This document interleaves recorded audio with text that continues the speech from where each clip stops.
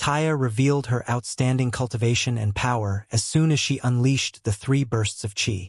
Following 3 soft noises, 3 fat insect monster beasts were immediately split into 2.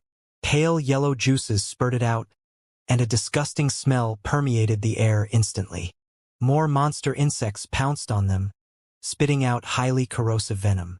Taya moved skillfully to dodge and found an opening to cast her powerful shamanic spells, resulting in countless injuries and deaths among the enemy. On the other hand, Xianxia dived straight into the swarm of monster insects with his fists clenched, like a brave warrior of the barbarian race. His fighting style was totally opposite to Taya's elegance, but his speed in killing insects was no slower than hers. With his shamanic spells shielding his body, Xianxia had no need to fear their venom or juices. Within half an hour, the nest of monster insects was cleaned up. Without saying a word, they began to look for monster cores among the dead bodies. However, when Xianxia got the monster cores, he realized that they were incredibly small, not at all comparable to the monster cores of the monster beasts outside. All of them were ugly, and other than their small size, the energy contained inside was dreadfully poor too. This was probably due to the environment here. These monster insects lived by leeching the energy inside the evergreen divine tree. So although they grew faster, they were certainly not as sturdy as the monster beasts outside, and even their monster cores were not as impressive. Though it did not really matter. Despite their poor quality, this could be compensated for with the tremendous number of these monster insects. Ever since Xianxia came to the ancient world, his appetite had been insatiable. He definitely had devoured at least 800 to 1,000 monster beast cores and would not let any monster core escape as long as he could use it to quickly break through to the shaman master realm. After collecting all the monster cores, Taya looked up and shouted, "Grandpa Qing, next." When the words fell, a hole split nearby that would lead to the next monster insect nest. The pair went to several places, continuously slaughtering all the monster insects they found. Suddenly, a question floated into Xianxia's mind. Since Senior Qing can feel the existence of these monster insects, why doesn't he drive them away by himself and instead rely on others? Although Xianxia did not know much about Senior Qing's strength, he still could make a slight guess about it. The monster insects in his body were just a small problem to such a powerful master, so if Senior Qing really wanted to, he undoubtedly could get rid of them by himself, but he seemed to always ask Taya to help him with this instead. Taya's answer was simple: Grandpa Qing never kills. The corner of Xianxia's mouth twitched as he was utterly speechless. Although he could not totally agree with Senior Qing's philosophy, considering that he was a tree of protection and blessing, Xianxia could more or less understand why he had such apprehensions. Over the next 3 days, Xianxia and Taya had cleaned numerous monster insect nests, and although the quality of the monster cores was still poor, there was a countless number of them. After 3 days of continuous battle, Taya started panting lightly, but Xianxia was still as mighty as a dragon, which truly amazed Taya. "That's good enough for now, you 2 little ones may come back." Senior Qing's voice suddenly reached their ears. At the same time, a passage immediately appeared in front of them with a faint light at the end of the darkness. Xianxia and Taya exchanged a glance, then walked towards the passage. Not long after, they returned to Xianxia's tree cave. Senior Qing was still standing there, and he smiled at Xianxia. "Many thanks, young man. It's a pleasure to help others." "Don't mention it, Senior." Xianxia grinned, holding a bag of monster cores with him happily. It would certainly not be a problem for him to become a shaman master with these monster cores. On the other hand, Taya apologized. "Grandpa Qing, when I am stronger, I will help you to get rid of the insect queen." Xianxia was stunned momentarily before turning and asking, "There is an insect queen?" Taya replied, "If not, why do you think those insects could not be killed once and for all? Every time Grandpa Qing wakes up, I have to clean them up, but there will still be more insects the next time I go in again." "Senior, you should have said so sooner." Xianxia immediately put down his bag and remarked excitedly, "Open the passage. I will go and meet the insect queen." Taya looked at him like he was insane. Senior Qing smiled lightly and shook his head. "Your strength is not sufficient, so you are not its opponent at the moment. Tai added, "It was an existence comparable to a shaman king. Be careful or it will swallow you." Yang Kai had never fought against a shaman king before, so he naturally had no idea how strong it was. The hierarchical division of power of this world was very different from that in later generations. In this ancient world, shaman kings were already great heroes with overwhelming power. Given that, in the present day, they would probably be equivalent to an Emperor Realm Master. People like Taya were probably equal to Dao Source Realm cultivators. When Yang Kai was about to retort after being mocked by Taya, Senior Qing suddenly informed, "You have a guest here, and she has been waiting for you for 2 days. You'd better meet her first." Yang Kai frowned and peeped out of the cave suspiciously. When he looked down, he saw a familiar figure pacing back and forth anxiously. "You!" Yang Kai did not expect that the guest who Senior Qing mentioned would actually be her. Although he and you had fought side by side, they were not close after all. After bringing Yang Kai to Frost and Snow City, you stopped contacting him, so why was she looking for him this time? Senior Qing continued, "Young man, you have helped me scratch myself, so take this green leaf as a gift." While speaking, Senior Qing stretched out his hand and with a twirl of his wrist, a green leaf immediately appeared between his fingers. He flicked it gently, and the green leaf floated towards Yang Kai. Yang Kai caught the green leaf, but he did not feel the fluctuation of power from it, so he asked curiously, "Senior, may I ask what the use of this green leaf is?" Senior Qing smiled lightly. "It's just a little something that will allow you to return to your residence with a single thought as long as you are within the scope of my shelter." "I see." Yang Kai raised his brow and carefully stored the green leaf.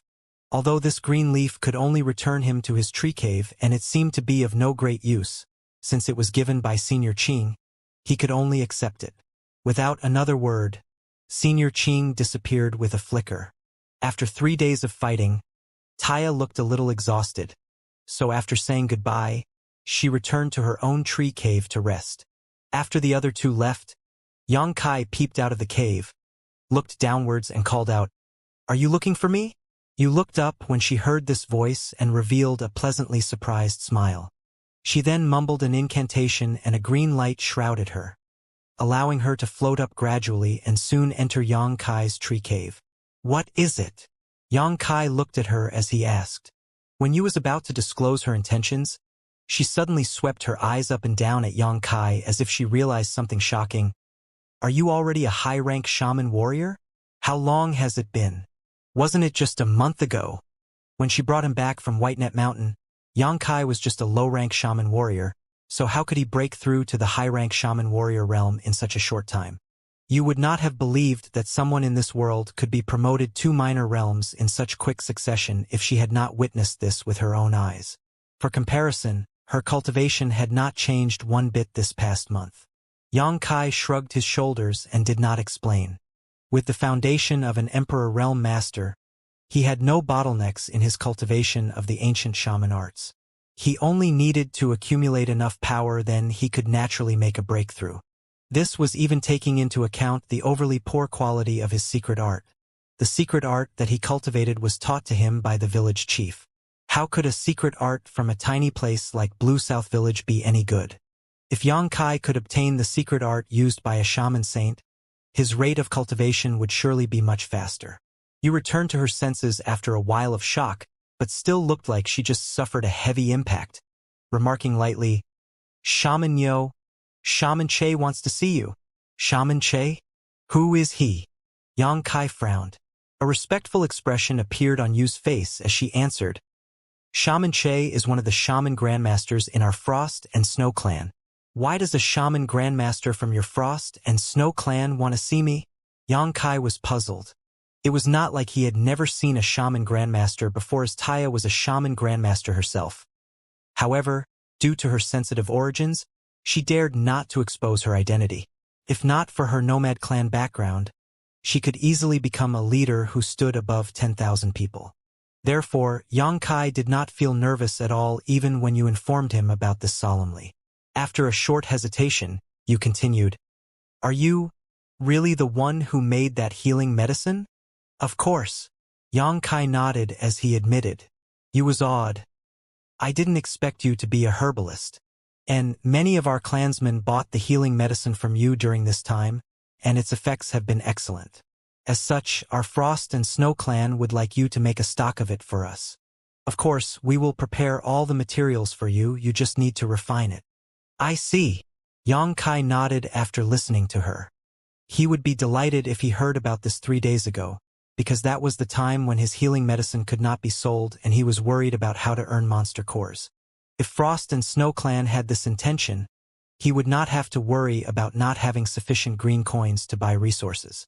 However, he just got a plentiful harvest from helping Senior Qing and was thinking of refining the monster cores of the monster insects now in order to break through to the Shaman Master realm.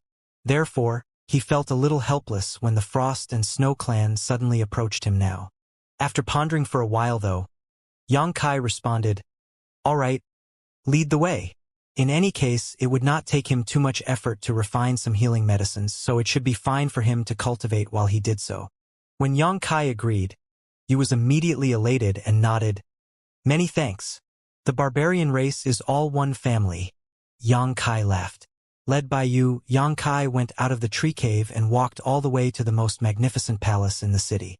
Such a palace was rare in the ancient world, as the homes where ancient barbarians lived were generally simple. Only those with extremely high status would live in palaces like this. The palace complex of Frost and Snow City was essentially the royal palace of Frost and Snow Clan, one where the shaman kings of the Frost and Snow Clan lived. The shaman grandmaster named Che also resided in this palace. With Yang Kai's current status, it was already a great honor to meet a shaman grandmaster. Therefore, it was impossible for him to see a Frost and Snow Clan shaman king. Yang Kai followed you all the way into the palace and waited for about an hour before he met with a shaman grandmaster with a tall stature and a thick aura. It was unknown what shaman art this man cultivated, but he had an aura that looked like lightning and he had sharp, penetrating eyes that made Yang Kai feel a bit on edge. "Shaman Che, this is Shaman Yo." You gave a respectful bow, not daring to lift her face while introducing Yang Kai to Che. Yang Kai also followed the appropriate customs and laid his hand on his chest, bowed, and spoke, "Greetings, Shaman Che." Che nodded lightly and opened his mouth to speak, his voice echoing like muffled, rolling thunder. "Are you the shaman who made that healing medicine?" "Yes." Yang Kai raised his eyes to meet Che's. Che questioned with interest, "It's rare to see one like you. Are you from the Nomad clan?" Yang Kai shook his head. "I am from the South Barbarian clan. I was simply born somewhat small and weak. No shaman or ancient barbarian would deny their origins, as that would be equivalent to an act of self-contempt." So even though Yang Kai looked weak and resembled a nomad clan, Che did not doubt his words. The corners of Che's mouth curled into a forced smile as he spoke. "Herbalists do not need to be too strong. The healing medicine you refined is sought after by my clansmen, so there is no need to belittle yourself." Many thanks for Shaman Che's words. Yang Kai's attitude was neither humble nor overbearing, which made Che look at him a little differently. It was rare to see a high-rank shaman warrior who could face him so freely and easily. "Wait, didn't you say that he was just a low-rank shaman warrior?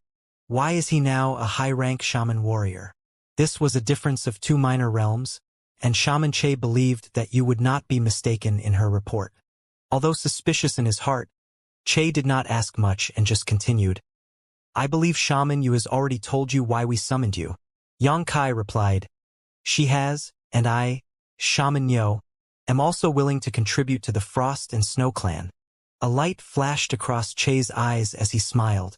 "Very well, if that's the case, you bring Shaman Yo in and report any herbs that are needed."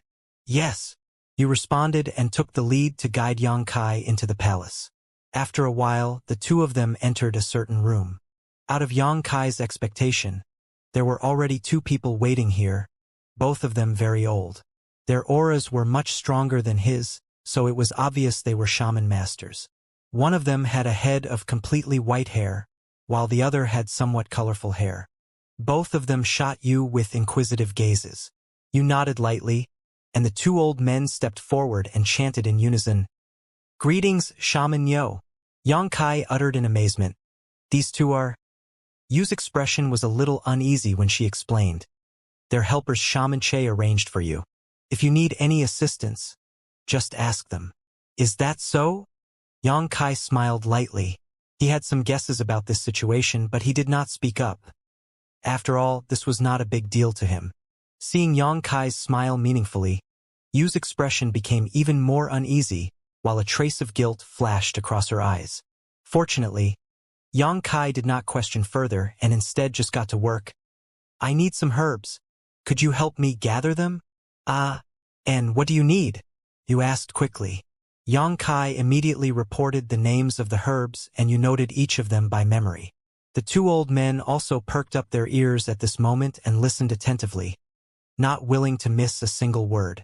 After a while, when Xianxia finished reporting the names of various herbs and the required quantities, Yu immediately turned around and went out to prepare them. Xianxia then turned to the two old men remaining in the room and asked politely, "How should I address the two seniors?" The two exchanged a glance before they shook their heads and waved their hands in embarrassment, apparently unwilling to reveal their names. Xianxia wanted to laugh, thinking, the ancient barbarian race is the ancient barbarian race after all. They're indeed simple-minded. Although it is obvious enough that they want to steal my knowledge and skills, they so obviously feel guilty about it. I guess that's why they do not want to reveal their names. Xianxia did not insist and instead found a place for himself, took out a handful of monster cores from the bag he carried with him, then stuffed them directly into his mouth, swallowing them in one gulp. The size of these monster cores was just like rice grains, and not only were they small, they also had low concentrations of energy, so Xianxia could ingest several dozen of them in a handful. His guts groaned strangely, and the two knowledge-stealing old men watched in awe. The two had no idea what Xianxia had eaten and guessed that he should be cultivating. So even though they were surprised, they remained silent. But within a stick of incense's worth of time, Xianxia had already finished refining the monster core he swallowed, and the intensity of his aura suddenly increased. When he repeated the process again, only then did the two old men see exactly what he was eating. The white-haired old man was shocked and quickly stopped him. Shaman Yo, are those barbarian beast cores? How can you swallow them directly? The colorful-haired old man hurriedly tried to stop Xianxia. You can't eat them. You can't eat them like that. They had never met someone who dared to swallow barbarian beast cores like this. Was he not afraid of exploding? I have always eaten them like this, though. Xianxia threw more monster cores into his mouth as he spoke, making a crunching noise that terrified the old men who were now staring at him as if he was a monster. Do you want some? They're monster insects flavor and they're quite crunchy. Xianxia smiled and opened his palm to offer them. The two old men shook their heads like pellet drums, completely horrified. Fortunately, at this time, a large number of frost and snow clansmen flooded into the room, each of them carrying a large number of herbs. Yu, who was the leader, instructed the clansmen to put the herbs aside in different categories. After all the herbs were placed, Yu reported, Shaman Yo, all the things you requested are here. I'll remain outside, so just call me if you need anything else. Thanks. Xianxia gently nodded at her. Yu then turned and left, closing the door behind her. Xianxia closed his eyes and adjusted his breathing while he finished refining the monster cores he ingested. Then, he opened his eyes and said to the two old men, "Then let's start." The two old men looked at each other and got up together. 2 rain flower branches, 1 earth fruit, 3 sour citrus grass. Xianxia chanted the names and weights of various herbs continuously, and the two old men immediately began working after a short moment of astonishment. They gathered exactly what Xianxia needed among the piles of herbs, not making the slightest mistake in the details. Not long after, a pile of herbs piled up in front of Xianxia. Xianxia smiled. Watch carefully now. Saying so, he pinched a few herbs in one hand, and a ball of fire suddenly lit up in the other palm, its temperature fluctuating. The two old men were stunned again and, ignoring any shame and guilt they felt, they fixed their eyes on Xianxia's hands, their gazes unmoving. They were Frost and Snow Clan's most outstanding herbalists, and they were highly respected characters in their own right. It was truly shameful that they were tasked by Xianxia to steal knowledge from Xianxia. but they also knew that they were not capable of making that magical healing medicine on their own. Even though they knew the ingredients, they lacked the appropriate knowledge, leaving them strong in will but weak in strength. Unfortunately, the knowledge of a herbalist was often the secret of a clan and would not be leaked easily, so if they wanted to know the refining method of this healing medicine, they could only obey Shaman Che and try to quietly steal the methods in the name of assisting Shaman Nyo. How could they have anticipated that Yang Kai had already seen through their intentions but did not even try to conceal anything from them? Not only was he generously refining medicines for their clan, he even deliberately taught them his knowledge. Compared to their despicable actions, his generosity and kindness were a far cry, making the two highly respected herbalists feel ever more condemned by their conscience. Despite their guilt, the two herbalists were still extremely focused and persistent in studying the refinement of the medicine. They held their breath as they observed, and planned to thank and apologize to this Shaman Nyo when the time came. The secret of refining the healing medicine was quickly understood by the two old men under the personal demonstration and teaching by an emperor alchemist like Yang Kai. They were excellent herbalists, and Yang Kai's healing medicine was not difficult to make. Only the refining techniques were a little strange. The two old men only needed to figure out this methodology to comprehend the entire refinement process. After all, they too would gain a new comprehension in this field of study. Therefore, in less than a day, the two herbalists had basically mastered the refining method of the healing medicine, and with the encouragement of Yang Kai, they experimented by themselves. Yang Kai left them alone and refined his monster cores to improve his cultivation, only checking on the two old men after they finished each refinement, putting forward his own opinions and pointing out the mistakes they made during their refinement. The quality of the healing medicine produced by the two herbalists moved closer to perfection day by day. The days passed by quietly, and the men, two old and one young, all forgot the passage of time. Despite the age of the two herbalists of the Frost and Snow clan, they were very energetic. The more contact they had with this Shaman Nyo, the more they discovered how horrifyingly deep his knowledge of medicine was. Even a casual comment from him could lead them to an epiphany that would benefit them immensely. The healing medicine made by these two was now no different from the one made by Yang Kai himself. In other words, this healing medicine would become a common medicine for the Frost and Snow clan in the future, meaning they had no need to worry about any future serious injuries. This was a great event that benefited the entire clan, and the two old men were incredibly grateful to Yang Kai.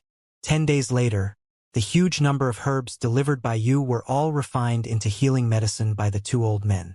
With such a large amount of healing medicine, the clan would not need to worry about any serious injuries for at least the next 20 years, and they could even sell some to other tribes in exchange for other precious resources.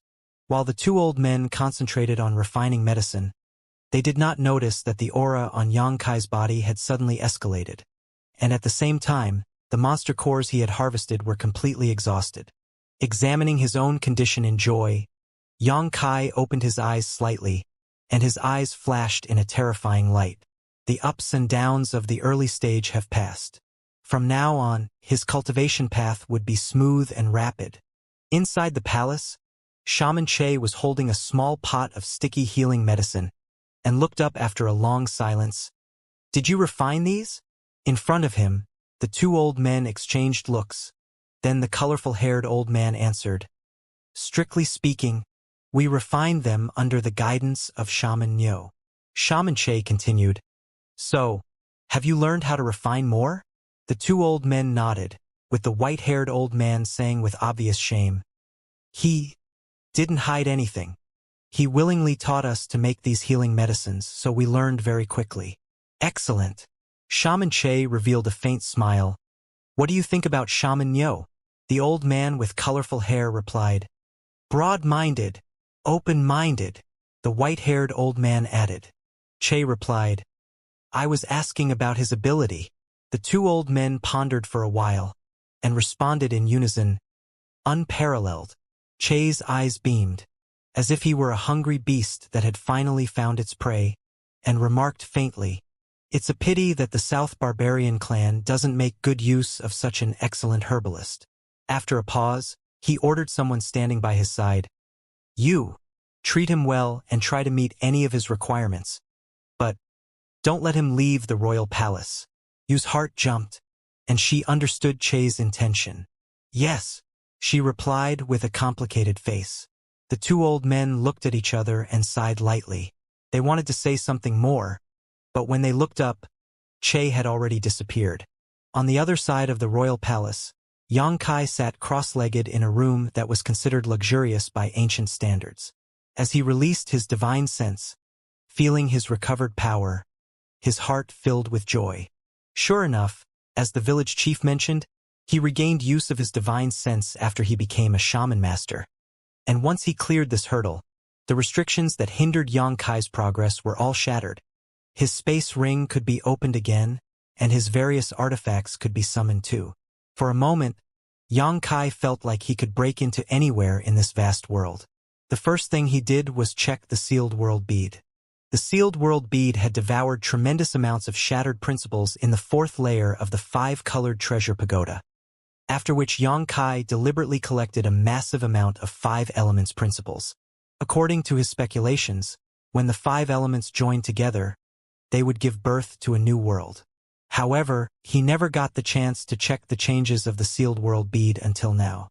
As his soul avatar entered the small sealed world, Xianxia immediately noticed that this place was notably different from before. Although there was no obvious change on the surface, the sealed world bead had been with him for many years, so any slight changes would not escape his eyes. If the sealed world bead had been an incomplete world before, it was now complete. Xianxia could clearly feel that the world was filled with all kinds of principles. Using the five elements principles as a foundation, they mutually reinforced and counterbalanced each other. They derived all things together by evolving each other, and gathered the 3,000 grand Daos of the heavens and earth. This was a true world, a world without any flaws. In the past, the sealed world bead had incomplete principles, so one could not make a breakthrough to a new great realm even if their strength was sufficient, because it was impossible to resonate with the incomplete world principles and gather world energy to initiate a baptism. Now though, the situation had changed. There would be no obstacle even if someone was to break through to the Emperor realm here now.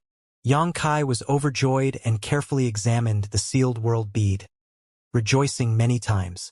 The improvement of the sealed world bead had a positive effect on his medicine garden as well, causing the various flowers and plants that were planted there to sway happily in the wind. With the immortal tree at the center, the amazing vitality brought by it made countless herbs flourish. What pleased Xianxia most was that he now felt a hazy will in the sealed world bead. It was the will of the world, but like a newly born baby, it was clueless and not fully sentient. But Xianxia knew that as long as it was given some time, it would definitely mature. By that time, he could use it to comprehend world force and allow him to break through the shackles of the great Emperor realm. This was also why Xianxia desperately wanted to repair and improve the sealed world bead in the first place. Now, it seemed that he had made the right decision. Instead of hurriedly leaving the small sealed world, Xianxia immersed himself into it by assuming an ethereal form, spreading out his consciousness and communicating with the newborn will of the sealed world bead, like a parent tending to his child. Despite the repeated failures and rejections, Xianxia did not give up.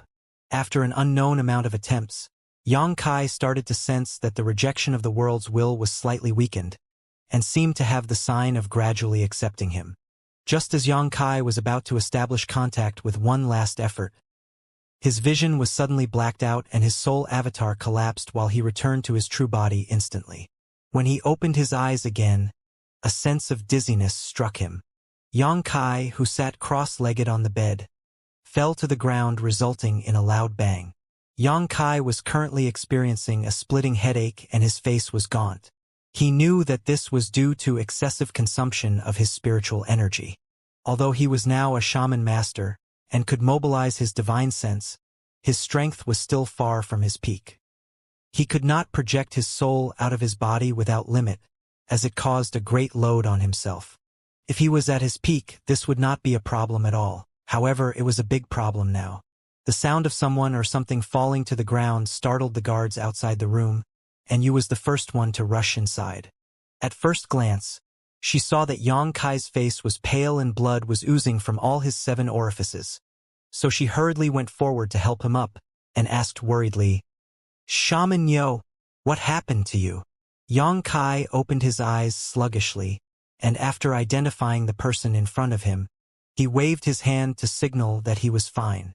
With a flip of his wrist, he took out some spirit pills that could supplement spiritual energy and swallowed them down without hesitation before sitting cross-legged on his bed. Although he was worried, she also calmed down after seeing that Yang Kai was not in a panic and looked after him closely on the side. To her great shock, after a while, Yang Kai was in high spirits again, which astonished her to a degree that her eyes almost popped out of their sockets. You could see more or less what happened just now. It was obvious that something went wrong while Shaman Yo was cultivating. It was a matter that could lead him to death, so how could he have recovered in such a short time? When she was still lost in thought, Yang Kai asked, "How long has it been?" Yu was stunned, but she still answered, 5 days. It had been 5 days since Yang Kai entered the room. You came to check on him once before, but seeing that Yang Kai was cultivating, she did not want to disturb him and just kept guarding outside the door instead. "It's been that long." Yang Kai jumped up while speaking. A series of crackles could be heard as he straightened himself up. Then he stretched his waist and informed, "Since my job here is done, I should go back now." Yu was taken aback, before she immediately stopped him. "You can't go yet. What's wrong?" Yang Kai looked at her with his head tilted. Yu racked her brain, and finally came up with a good excuse. "Shaman Che still wants to see you." Yang Kai frowned. Even though he felt things becoming a little troublesome, he tried his best to be patient and nodded. "Then take me to Shaman Che now." Yu replied with a stiff expression. "Shaman Che went out and hasn't returned yet, and I don't know when he will come back." Yang Kai looked at her and noticed that you kept dodging eye contact with him, and dared not meet his gaze, so he could not help laughing to himself. Lying has really never been a strong suit of the barbarian race. A certain thief's face suddenly surfaced in his mind before he continued. "Most of them at least. Does Shaman Che want to keep me in the Frost and Snow clan?" Being exposed by Yang Kai, Yu immediately looked frightened and did not know how to explain. Yang Kai reached out and patted her on the shoulder. "I have taught the method of making the healing medicine to your herbalists, so please go back and tell Shaman Che that I don't appreciate his intentions. Although I don't mean to be an enemy of the Frost and Snow clan, if he wants to restrict my freedom, I'm afraid that the Frost and Snow clan will have to pay a heavy price for it." His tone was soft, but it still sent chills down Yu's spine. At that moment, she felt that she was not facing a high-rank shaman warrior, but a shaman king or shaman saint. Yang Kai walked straight past her, but Yu stood petrified on the same spot, unable to even turn around. She shockingly found that she could not freely control her body. What kind of shamanic spell did he use? How could there be such a mystifying effect? Following a muffled grunt, the sound of a heavy object falling to the ground came from outside the door. The warrior who was standing guard outside had undoubtedly been put down too. Yu sighed lightly. Although she felt a little sorry about it, she was also relieved at the same time. Shaman Che intended to keep Shaman Yo in the Frost and Snow clan, which was understandable. A herbalist who could make such healing medicine was a huge source of wealth. If he could stay and serve the Frost and Snow clan, it would be greatly beneficial to the clan. Unfortunately, before Shaman Che had time to explain it to him, Shaman Yo had already forced his way out. At this point, you had no idea how to handle the situation. In any case, there was no way for her to intervene in this matter anymore. From the start, she owed Shaman Yo a favor for the incident in the White Net Mountain, so she was unwilling to deceive him. Therefore, she actually felt relieved now. The barbarian warriors in the royal palace dropped silently one after another as Yang Kai passed by them. When he was about to walk out of the royal palace, a tall shaman grandmaster suddenly appeared in front of him with a lightning-sharp aura. Who else could it be other than Che? As a shaman grandmaster of the Frost and Snow clan, one of the commanders of the palace, it would be a serious dereliction of duty if he had not noticed Yang Kai incapacitate so many guards along the way. Che could not hide his admiration and surprise at the sight of the clansmen in front of him, who stood no chance against Yang Kai. It was already extremely rare to find a herbalist with such outstanding skills, But Che had not expected this shaman Yo's strength to also be so exaggerated. No wonder he dared to wander through White Net Mountain alone in the cold winter and snow. According to Yu's report, he killed 6 bone-melting wolves and 1 wolf king almost completely alone with just pure physical strength and simple spells. Che could not completely believe it back then, but now it seemed that what you had reported was true. Why was such a genius not born in my Frost and Snow clan? Shaman Che pined. But now was not the time to grumble about such things. It would be fine as long as he could persuade Yang Kai to join the Frost and Snow clan. After all, it was not uncommon for a powerful shaman to join a different clan in this world, and the best way to win over a person was naturally to meet his wants and needs. They had only just met though, so Che had no idea what Shaman Yo wanted. He had been collecting information about Yang Kai for the past few days, but he still could not find anything useful. He only knew that he followed you into Frost and Snow City 1 month ago, then stayed in a tree cave of the Divine Tree. If he did not come out to sell the healing medicine that he made, perhaps no one would have known he even existed.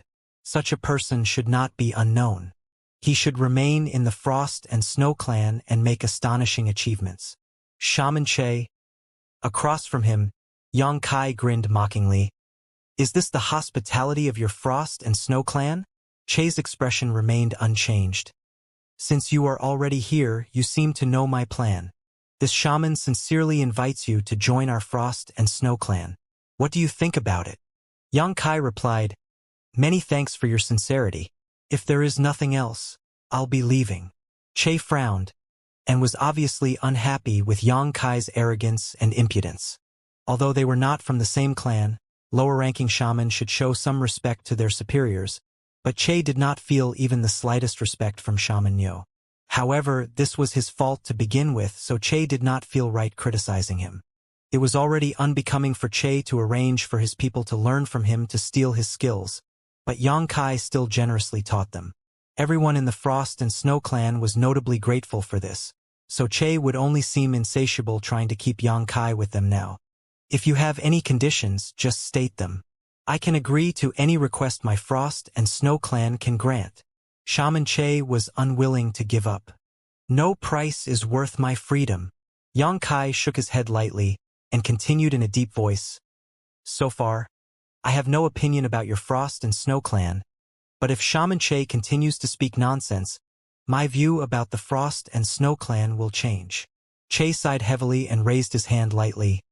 Shaman Yo, this shaman did not wish for things to escalate to this point. But since we can't bargain, then this shaman will have to detain you here for now.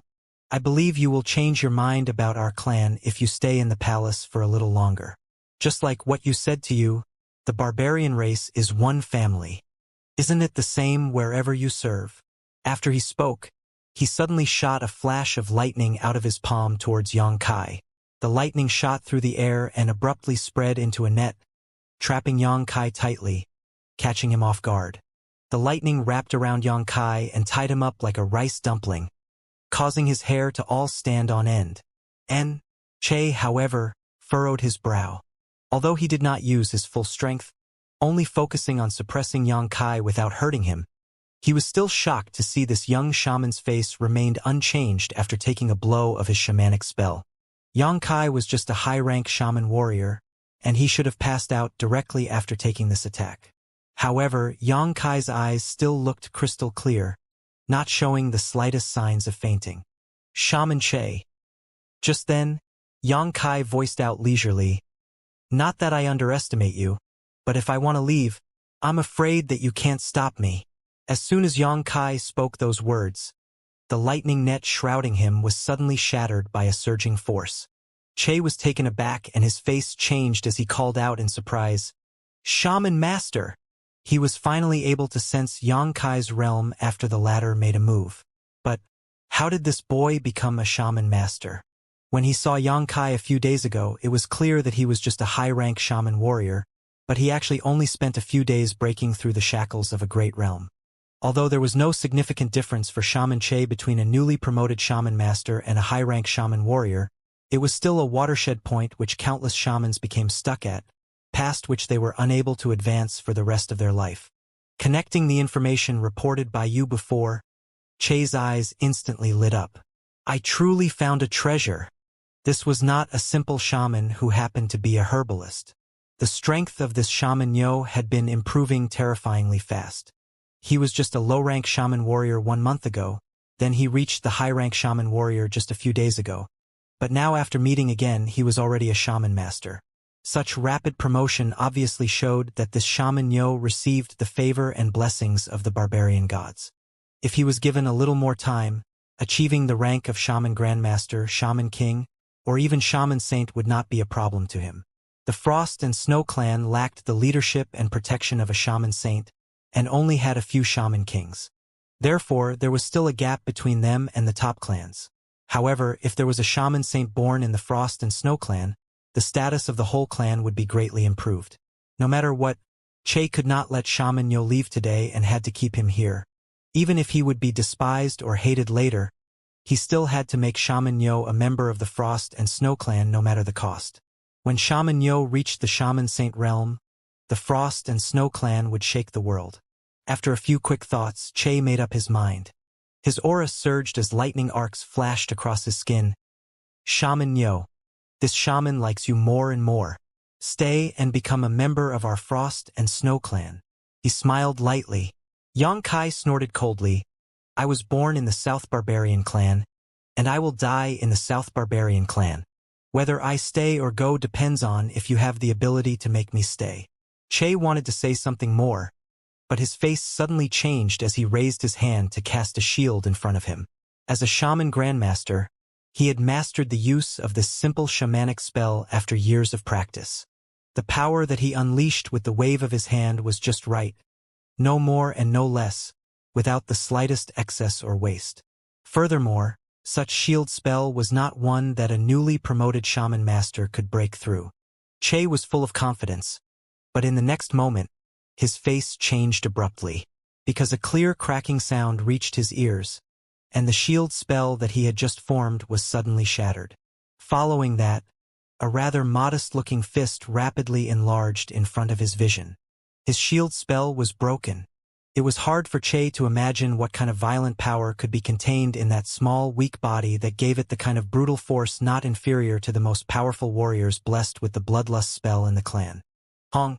Xianxia punched Che in the face and instantly flattened his nose. Blood spurted everywhere, while Che was rebounded by the impact after a bang. However, Xianxia did not have the slightest joy of success. Instead, he raised his brow and showed a surprised look. He saw that the Che, who was sent out flying, burst apart as he landed on the ground, spiritual energy pouring out as he transformed into a mist. At the same time, a roar of thunder came from behind, as if a powerful force was advancing towards him, attempting to engulf him. Xianxia released his divine sense and found that Che had somehow reappeared behind his back. He was floating in the air with an object that resembled an animal bone in his hand. It was unknown what kind of beast the animal bone belonged to, but it shone with purple radiance as lightning flickered about it. Che lifted the animal bone and slammed it towards Xianxia, bringing down a flash of lightning bolts as he struck, making for an awe-inspiring sight. Kicking the ground, Xianxia immediately flickered away from his original position, right before the lightning bolts struck on the ground and opened a number of huge pits. Che raised his brow as he was secretly amazed by Xianxia's reaction speed. Although they had just begun the fight, he could see that this Shaman Yo was not to be taken lightly. It had not been long since he broke through to the Shaman Master realm, and so far he had mainly relied on the robust explosive power of his physique. But such power was still incomparable to the strength of a typical Shaman Master. Unfortunately, Che was a Shaman Grandmaster. He was a great realm higher than Xianxia. As Che raised his hand, a lightning python flew out from his animal bone club, swaying its head and tail. The python snapped its jaws seemingly in the middle of nowhere just when Xianxia's figure suddenly appeared there. Che seemed to have the ability to foresee the future, and predicted Xianxia's landing position, succeeding in catching him off guard. Just give up. You can't compete with me with your ability. The Frost and Snow clan is looking forward to your addition, Che, who stood high above, remarked sincerely. Xianxia chuckled and stretched out his hand, summoning the myriads soared out of thin air. He lifted the sword up and swung it wildly, sending out a long sword light flying obliquely. The extraordinarily sharp sword light cut through the body of the lightning python, splitting it into two before it flew past Shaman Che and smashed into pieces on a palace far away. The corner of Che's mouth constricted slightly as he stared fixedly at the myriad sword in Yang Kai's hand. Blue South Village was located in a remote place and there were no masters in it, so there were no decent weapons there and the villagers just battled with stone spears and stone axes. However, the Frost and Snow clan was different. All the powerful warriors in the clan had their own weapons, all of which were made of refined metal. Some powerful warriors even wielded shaman artifacts that were granted to them by shaman grandmasters. The animal bone in Che's hand was also a shaman artifact. He was not a man without vision and experience, but he was still greatly stimulated when he saw the myriad sword. The sword was not just a shaman artifact, but was also a very high-grade shaman artifact. Che had only seen such a high-grade shaman artifact once, in the hands of a shaman king of the Frost and Snow clan. How could a shaman master possess such a powerful shaman artifact? Moreover, he could wield it at will with his meager strength. Even he, a shaman grandmaster, would not be able to control such a shaman artifact so freely. What Che saw in front of him was beyond his capability to fathom, much less understand.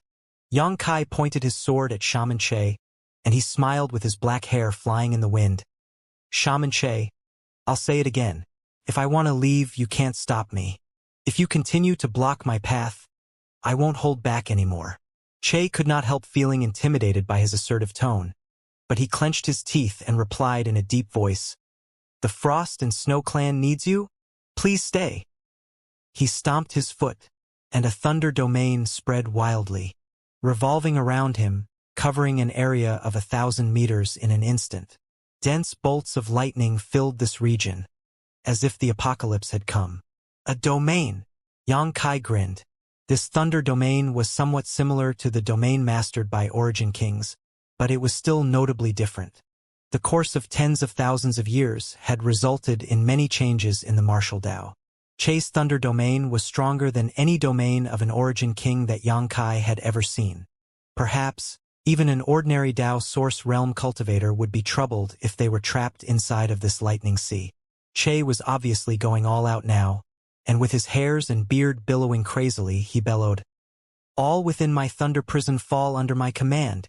Shaman Nyo, surrender yourself. You know that I don't want to hurt you." Yang Kai just snickered disdainfully, however, and replied once more, "That depends on if you have the ability." Che sighed and shook his head.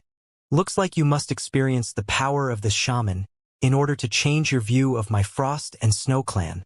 Raising his hand, he shouted, "Bind!" When Shaman Che chanted, pressure built up in the surrounding thunder domain and pressed towards Yang Kai, suppressing him directly on the spot. Che lifted his head and asked proudly, "How about now? Do you feel like considering my offer?" Inside the thunder domain, he was in control of everything, and even the shaman Nyo in front of him would not be able to play any tricks. Yang Kai struggled a few times, but his body was firmly locked and could not move an inch, so he couldn't help praising, "Not bad." Che frowned slightly, revealing a strange look. The faint praise of Shaman Nyo in front of him gave him a strange feeling. It felt as if he was not facing a newly promoted shaman master, but a shaman king or a shaman saint, who was standing in an aloof position and commenting on his proud skill.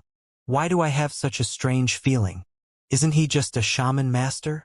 However, the next moment, Yang Kai took a deep breath, puffed up his chest, and gently flicked the myriad's sword in his hand. An astonishing vibration occurred at the sword tip next, resulting in circles of small but visible ripples. Wherever the ripples passed, the thunder domain rapidly loosened, showing signs of collapsing. Che was appalled, and he dared not to hold back his ability anymore. With a shake of his body, he enhanced his control on the thunder domain.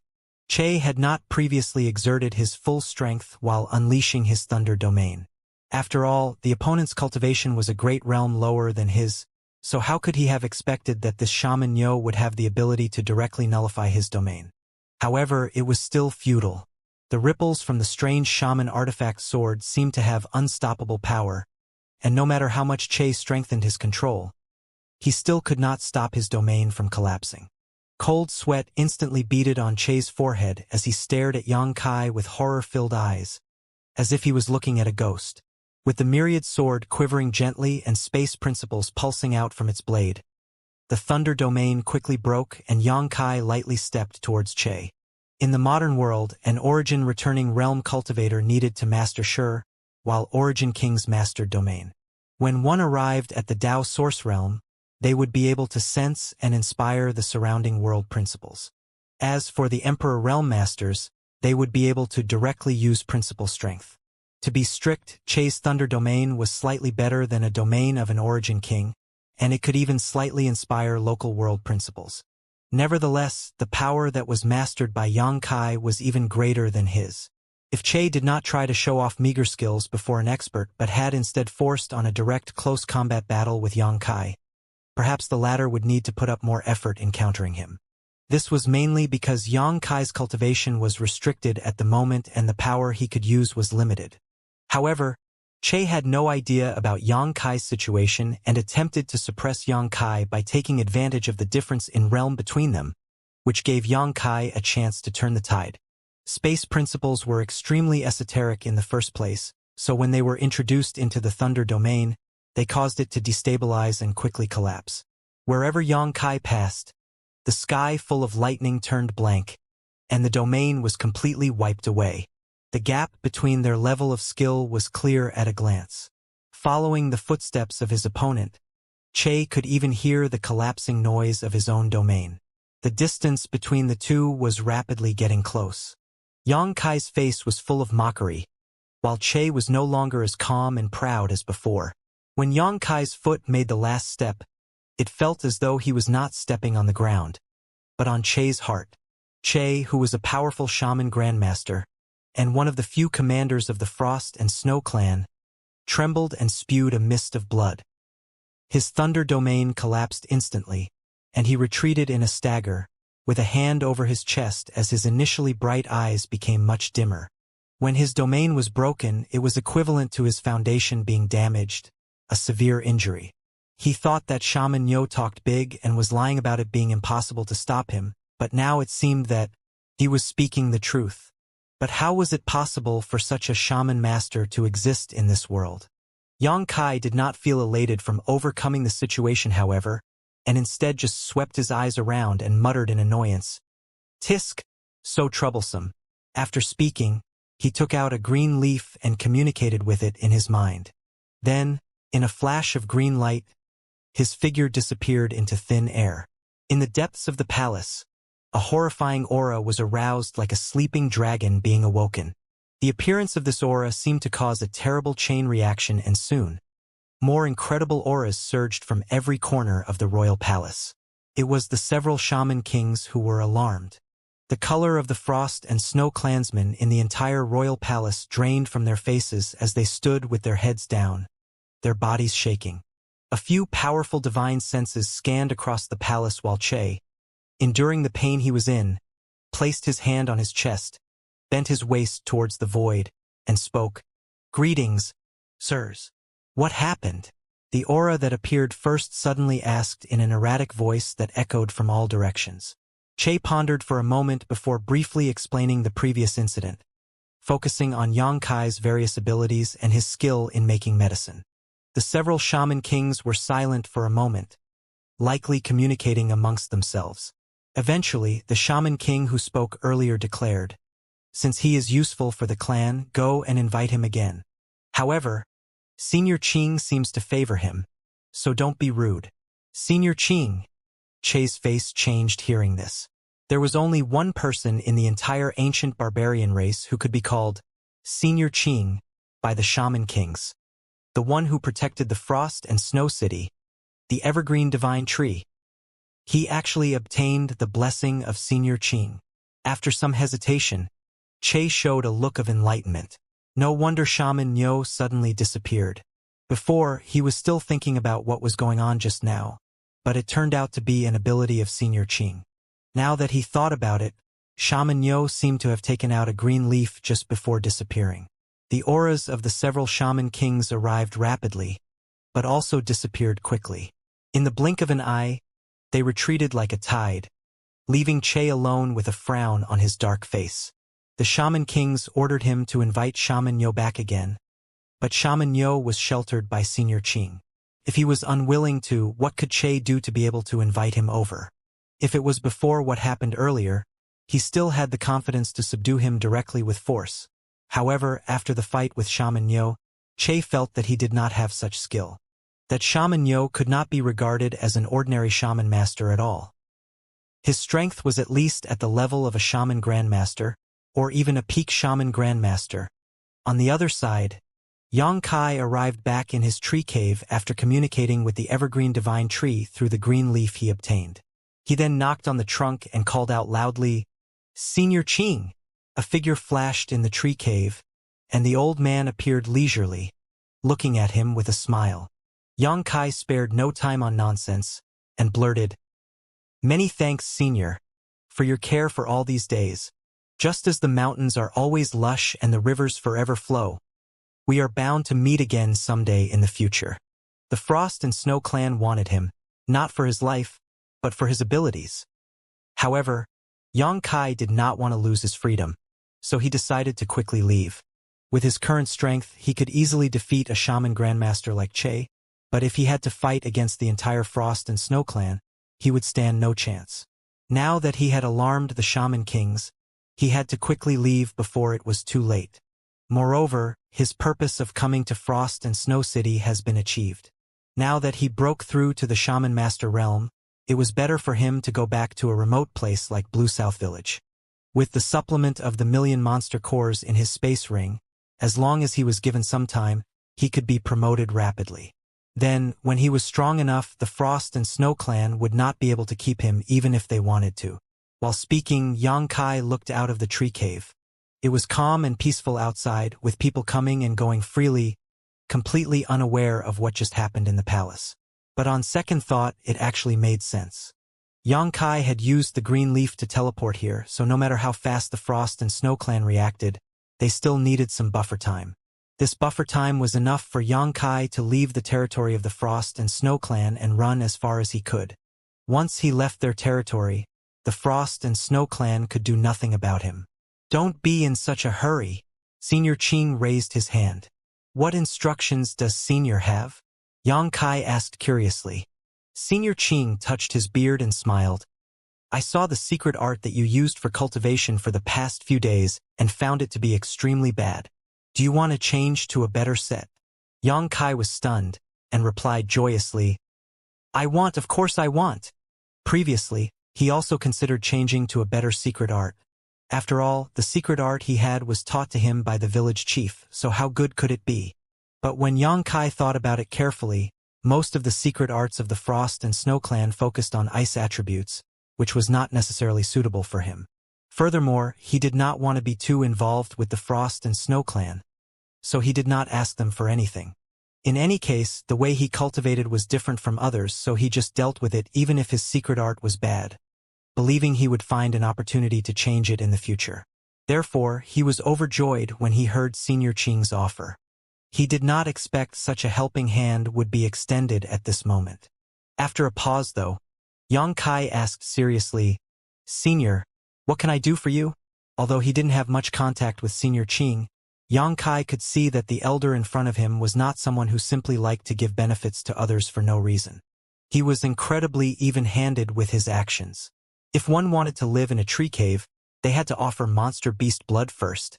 And after Yang Kai helped scratch him, Senior Qing rewarded him with a green leaf.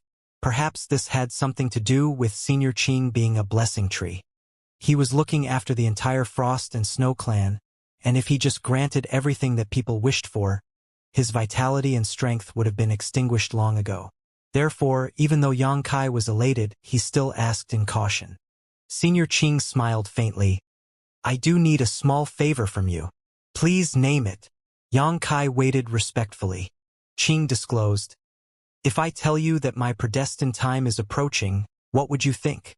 Yang Kai was taken aback and secretly thought that the change in topic was a bit unexpected, and for a moment he had trouble keeping up with Senior Qing's thoughts. However, after sweeping his eyes over Senior Qing, the corner of his mouth twitched and he replied, "Senior, don't joke with me."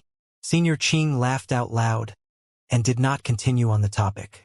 Instead, he remarked, "You're a very strange person, a unique individual I have only seen once in my whole life, so I want to entrust you with something." "What is it?" Senior Qing did not speak anymore and instead reached out his finger to Yang Kai. Yang Kai was surprised, but he knew that Senior Qing did not mean to do any harm to him, so he did not try to defend himself. When Senior Qing's finger tapped on his forehead, Yang Kai felt like he had been hit by a huge mountain, and for a moment, he was dazed as some exceptionally mysterious words appeared in his mind. However, he could not see clearly what those words were given his current state. Everything within his sight turned black, and he fainted directly on the spot. In the moment before he passed out, though, Yang Kai felt he heard Senior Qing speaking. When Yang Kai woke up, he was no longer in the tree cave, but in the wilderness. Pain lingered in his head, and when Yang Kai recalled what happened earlier, he felt his heart palpitate. Although he just became a shaman master and could finally use his divine sense, his strength was far beyond that of a shaman master. Given that Senior Qing could cause him to faint with just a tap of a finger by sending something to his soul, it must have been a truly massive amount of information that was beyond his ability to currently bear. There was no time for Yang Kai to examine carefully what information Senior Qing had passed, though, as, when he looked around, he was met with a pair of clear, bright eyes. After being stunned for a short while, only then did Yang Kai question, "Why are you here?" The petite young girl shrugged her shoulders and replied, "Grandpa Qing asked me to explore the outside world with you. He said I've always lived in Frost and Snow City, and I was too unfamiliar with the outside world. Is this the favor he wanted to entrust to me?"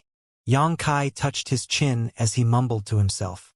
Previously, Senior Qing remarked that he needed a small favor from him, and also mentioned that he wanted to entrust something to him.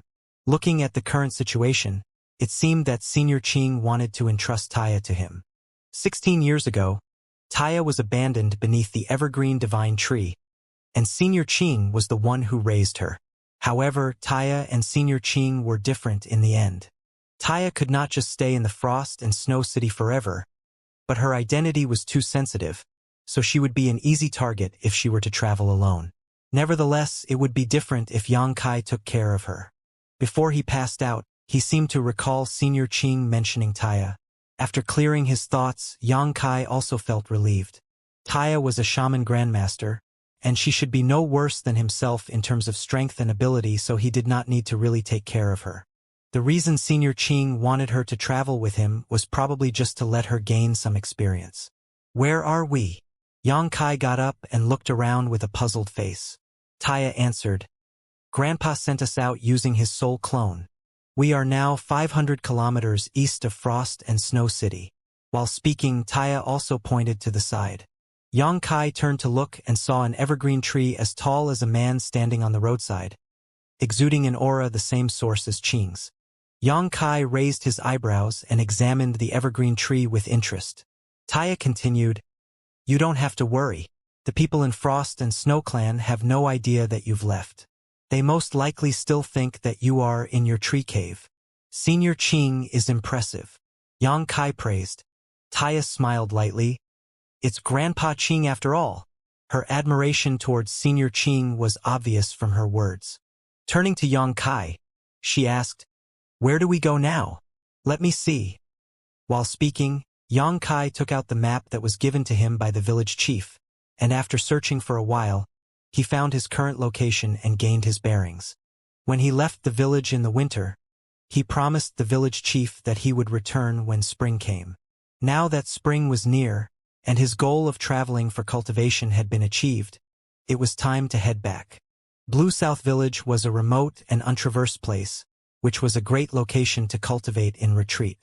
It would not be too late to explore the world when he regained his peak strength one day. "Can you fly?" Yang Kai put away the map and glanced at Taya. Taya chuckled before she chanted a spell, and a pair of vibrant wings sprouted from her back. It was as though she had transformed into a beautiful butterfly, dancing and fluttering around gracefully. Xianxia retracted the amazement in his eyes before leading the way with a flicker. This was Taya's first time leaving Frost and Snow City, and she had always been very curious about the outside world. So her beautiful eyes constantly darted from left to right while a jubilant look filled her face, as if everything in the world piqued her interest.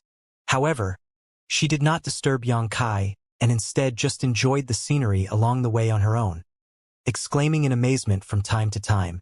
On the other hand, Xianxia was digesting the information given to him by Senior Qing while traveling.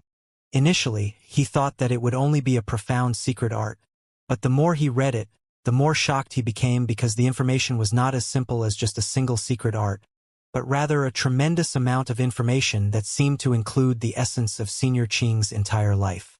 Although Senior Qing was a monster tree and had been guarding Frost and Snow City all year round, never leaving his current home, his lifespan was thousands of years or even tens of thousands of years, so during the passage of that much time, even the seas had shifted and the mountains had transformed.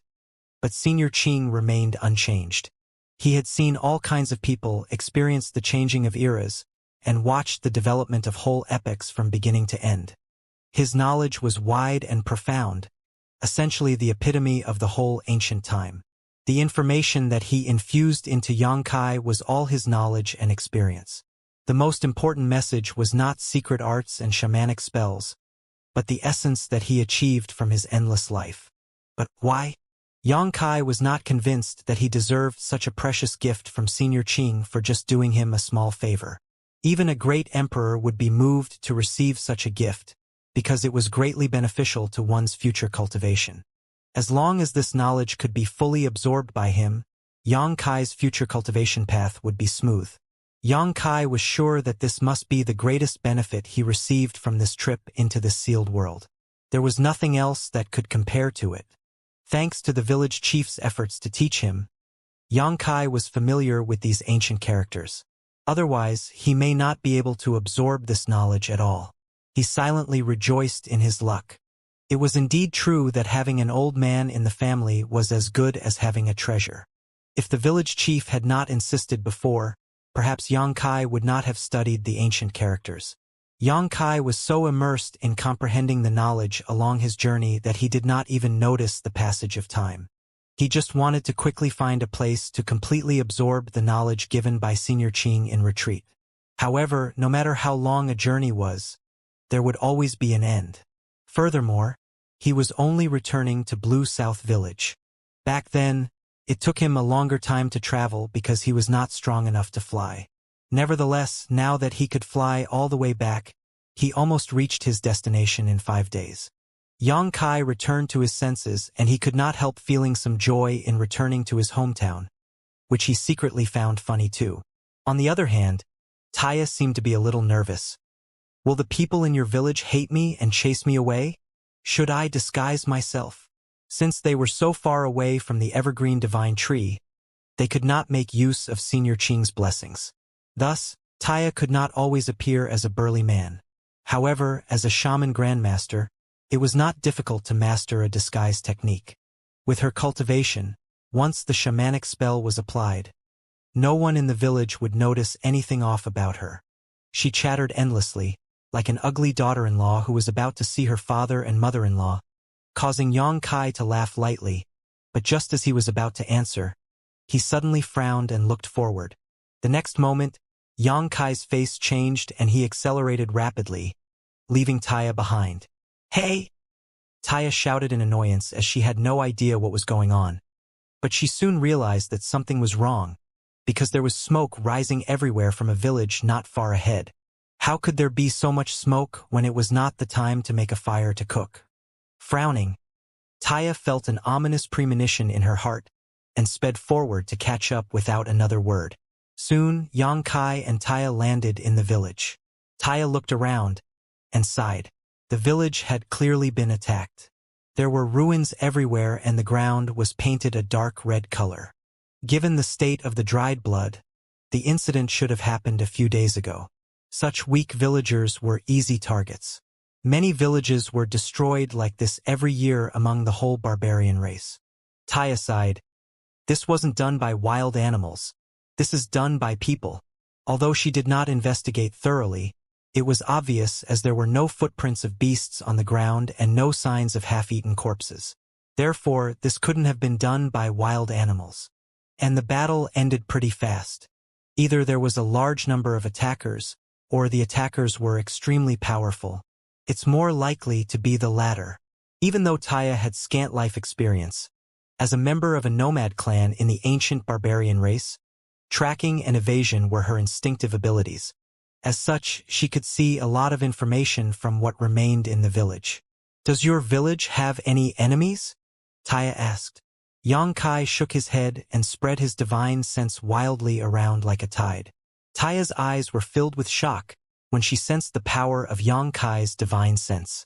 His divine sense actually seemed to be much stronger than hers. Shortly, the light in Xianxia's eyes turned solemn as he darted towards a certain direction.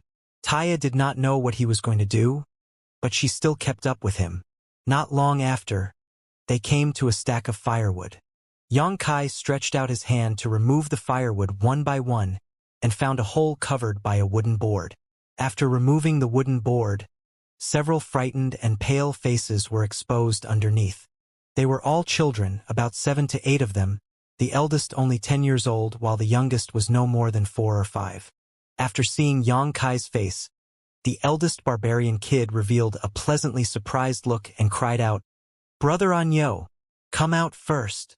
Xianxia reached out his hand to him, and the eldest child nodded before lifting the others out one by one towards Xianxia.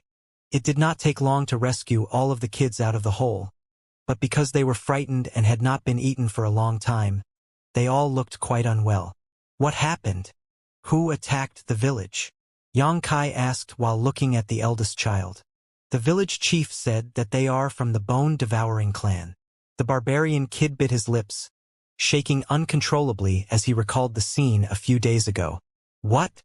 The bone-devouring clan?" Xianxia's face changed drastically. Taya's expression turned solemn in an instant too. Each clan of the barbarian race had different characteristics because of their different living environments and secret arts. For example, the clansmen from the Raging Flame clan were aggressive in fights, while the clansmen from Wood Spirit clan preferred flexible methods. As for the bone-devouring clan, they were well recognized as the bloodiest and most ferocious clansmen. No other clan could compete with them for this title, because their clansmen would even butcher members of the ancient barbarian race as food to fill their stomachs. In other words, they were a cannibal clan. When they lacked food, they would even kill each other to feed their own clansmen, so nothing needed to be said about how they treated outsiders. The terrifying and brutal clan had made all the major ancient barbarian race clans isolate them. Some even felt that the bone-devouring clan was not a barbarian clan at all, but rather a group of uncivilized scourges, one that was best eliminated. Unfortunately, there was a powerful shaman saint residing in the bone-devouring clan, so unless the entire barbarian race joined forces, no one would be willing to start a war with them. The bone-devouring clan was also known for seeking revenge for the slightest grievance, so it was best not to provoke them. The consequences were unimaginable for the Blue South village to be attacked by such an enemy. "Many have died, Brother Anyo. Save the village chief and the rest quickly." The eldest boy cried and looked at Xianxia expectantly as if he was an omnipotent being. "When did they attack?" Xianxia asked in a deep voice. 3 days ago. It had already been 3 days, so Xianxia couldn't help worrying if it was already too late. He turned to Taya and instructed her. "Take care of them." Taya grabbed his arm and whispered, "What are you doing? Don't go courting death." Xianxia grinned. "We don't know who's going to die yet." Taya shook her head. "It's been 3 days since the incident. You may not be able to catch up to them now. The fate of anyone captured by the bone-devouring clan will be ending up as food. Maybe the people in your village are already?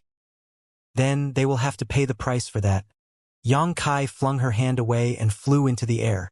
Taya stared at his back and sighed, shaking her head slowly.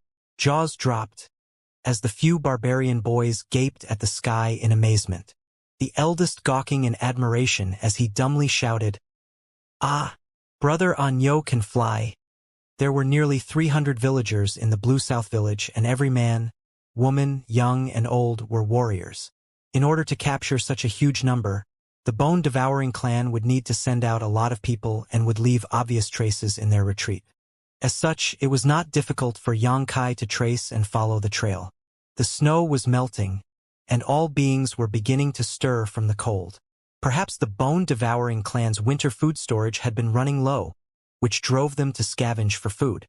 They must have accidentally discovered the remote Blue South village and taken advantage of them. As far as Xianxia knew, although the people of the bone-devouring clan had no taboos and were willing to eat their own clansmen, they were still human in the end. They would prefer to eat fresh food.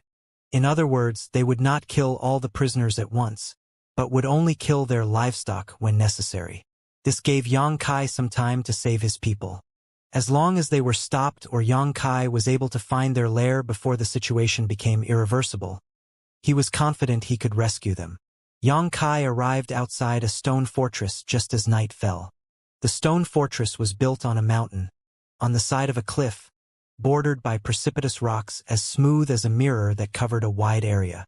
Inside the stone fortress were burly, hideous ancient barbarians walking back and forth, shouldering varieties of weapons, each of them flashing long fangs and menacing faces.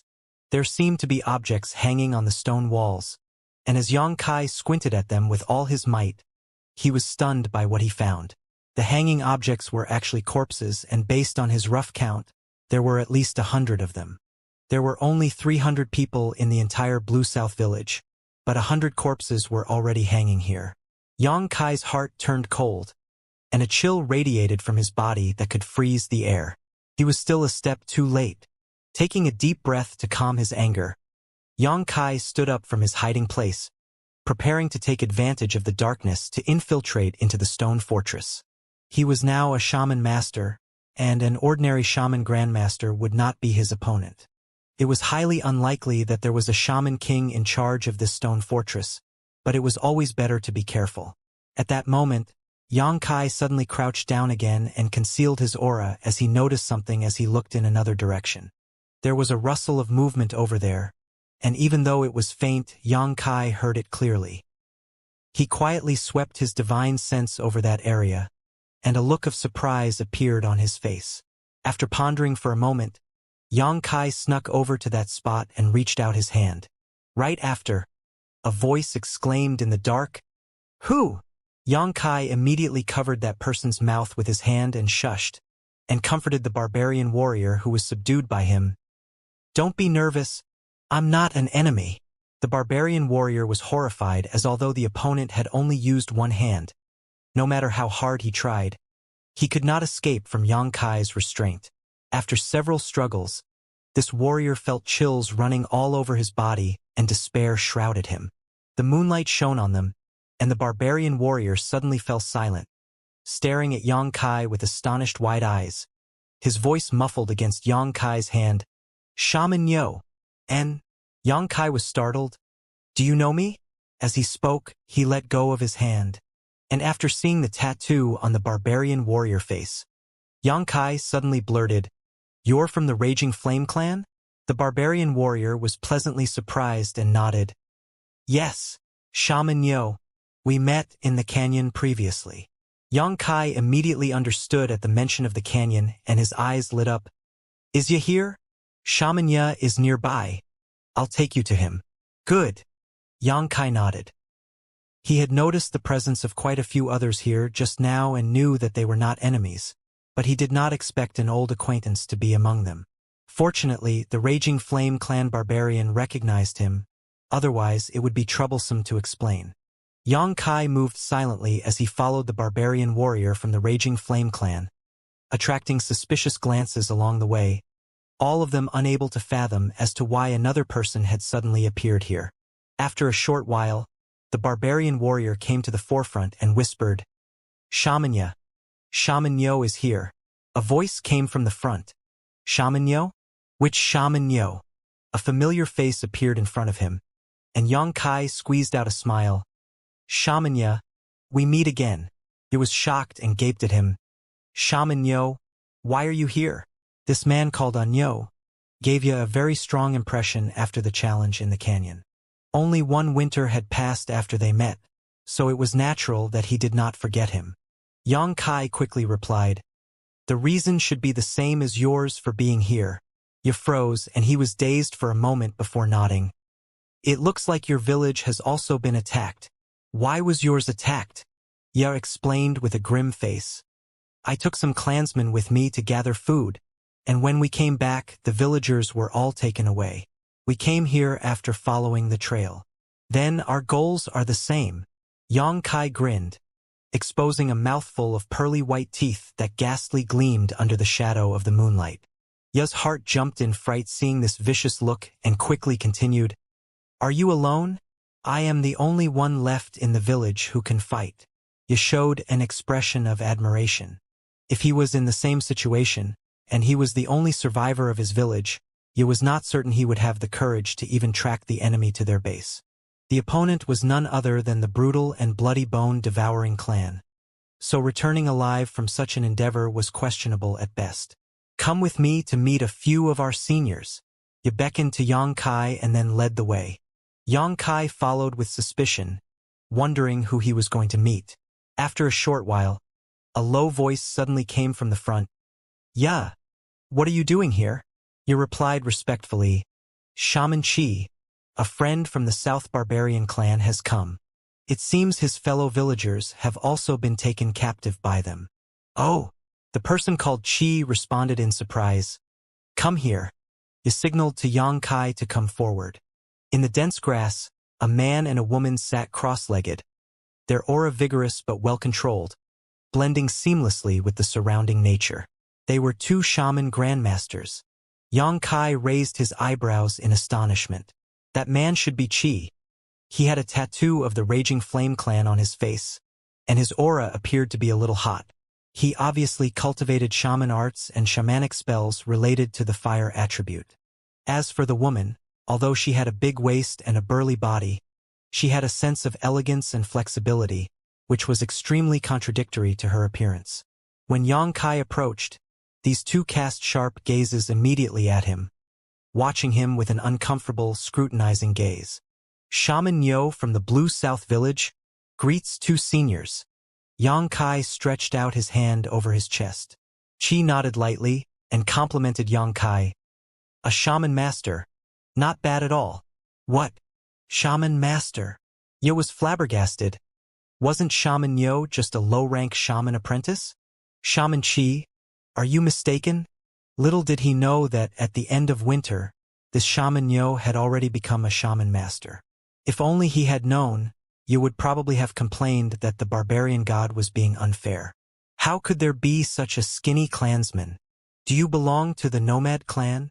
The woman frowned and did not bother concealing her disgust for Yang Kai. Before Yang Kai could open his mouth to reply, you spoke up. "Shaman Nyo is not from the nomad clan. He is from the South Barbarian clan. He is also a generous and righteous man. How could the nomad clan be compared to him?" He recalled the 100 wild beasts Yang Kai had given him last time as an act of kindness.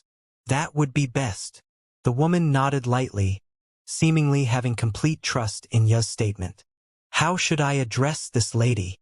Yang Kai asked, looking at the woman. Chi answered, "She is Shaman Zhu of the Fierce Wind clan." You spoke in a low voice. The bone-devouring clan raided a total of 3 villages this time. One of them is your village, another is mine, and the other is of the Fierce Wind clan. I approached Shaman Chi and just ran into Shaman Zhu, so everyone is gathered here. There is strength in numbers." Yang Kai nodded and said, "If I may ask, what is the plan for the next action?" Chi simply replied, "We will wait for dawn." Yang Kai contemplated and nodded. Dawn is the time when people are the most relaxed. It is indeed the best time to act, but both of you are shaman grandmasters. Are you not confident to take that stone fortress head-on? Zhu glanced at him and asked, "How much do you know about this stone fortress?" Yang Kai answered honestly, "I don't know anything about it." Before this, he was not even aware of the existence of a bone-devouring clan fortress here. Zhu explained, This stone fortress is only a small subclan of the bone-devouring clan. There are about 700 to 800 warriors inside, with more than 20 shamans. The strongest one is called Yao, and he's a mid-rank shaman grandmaster.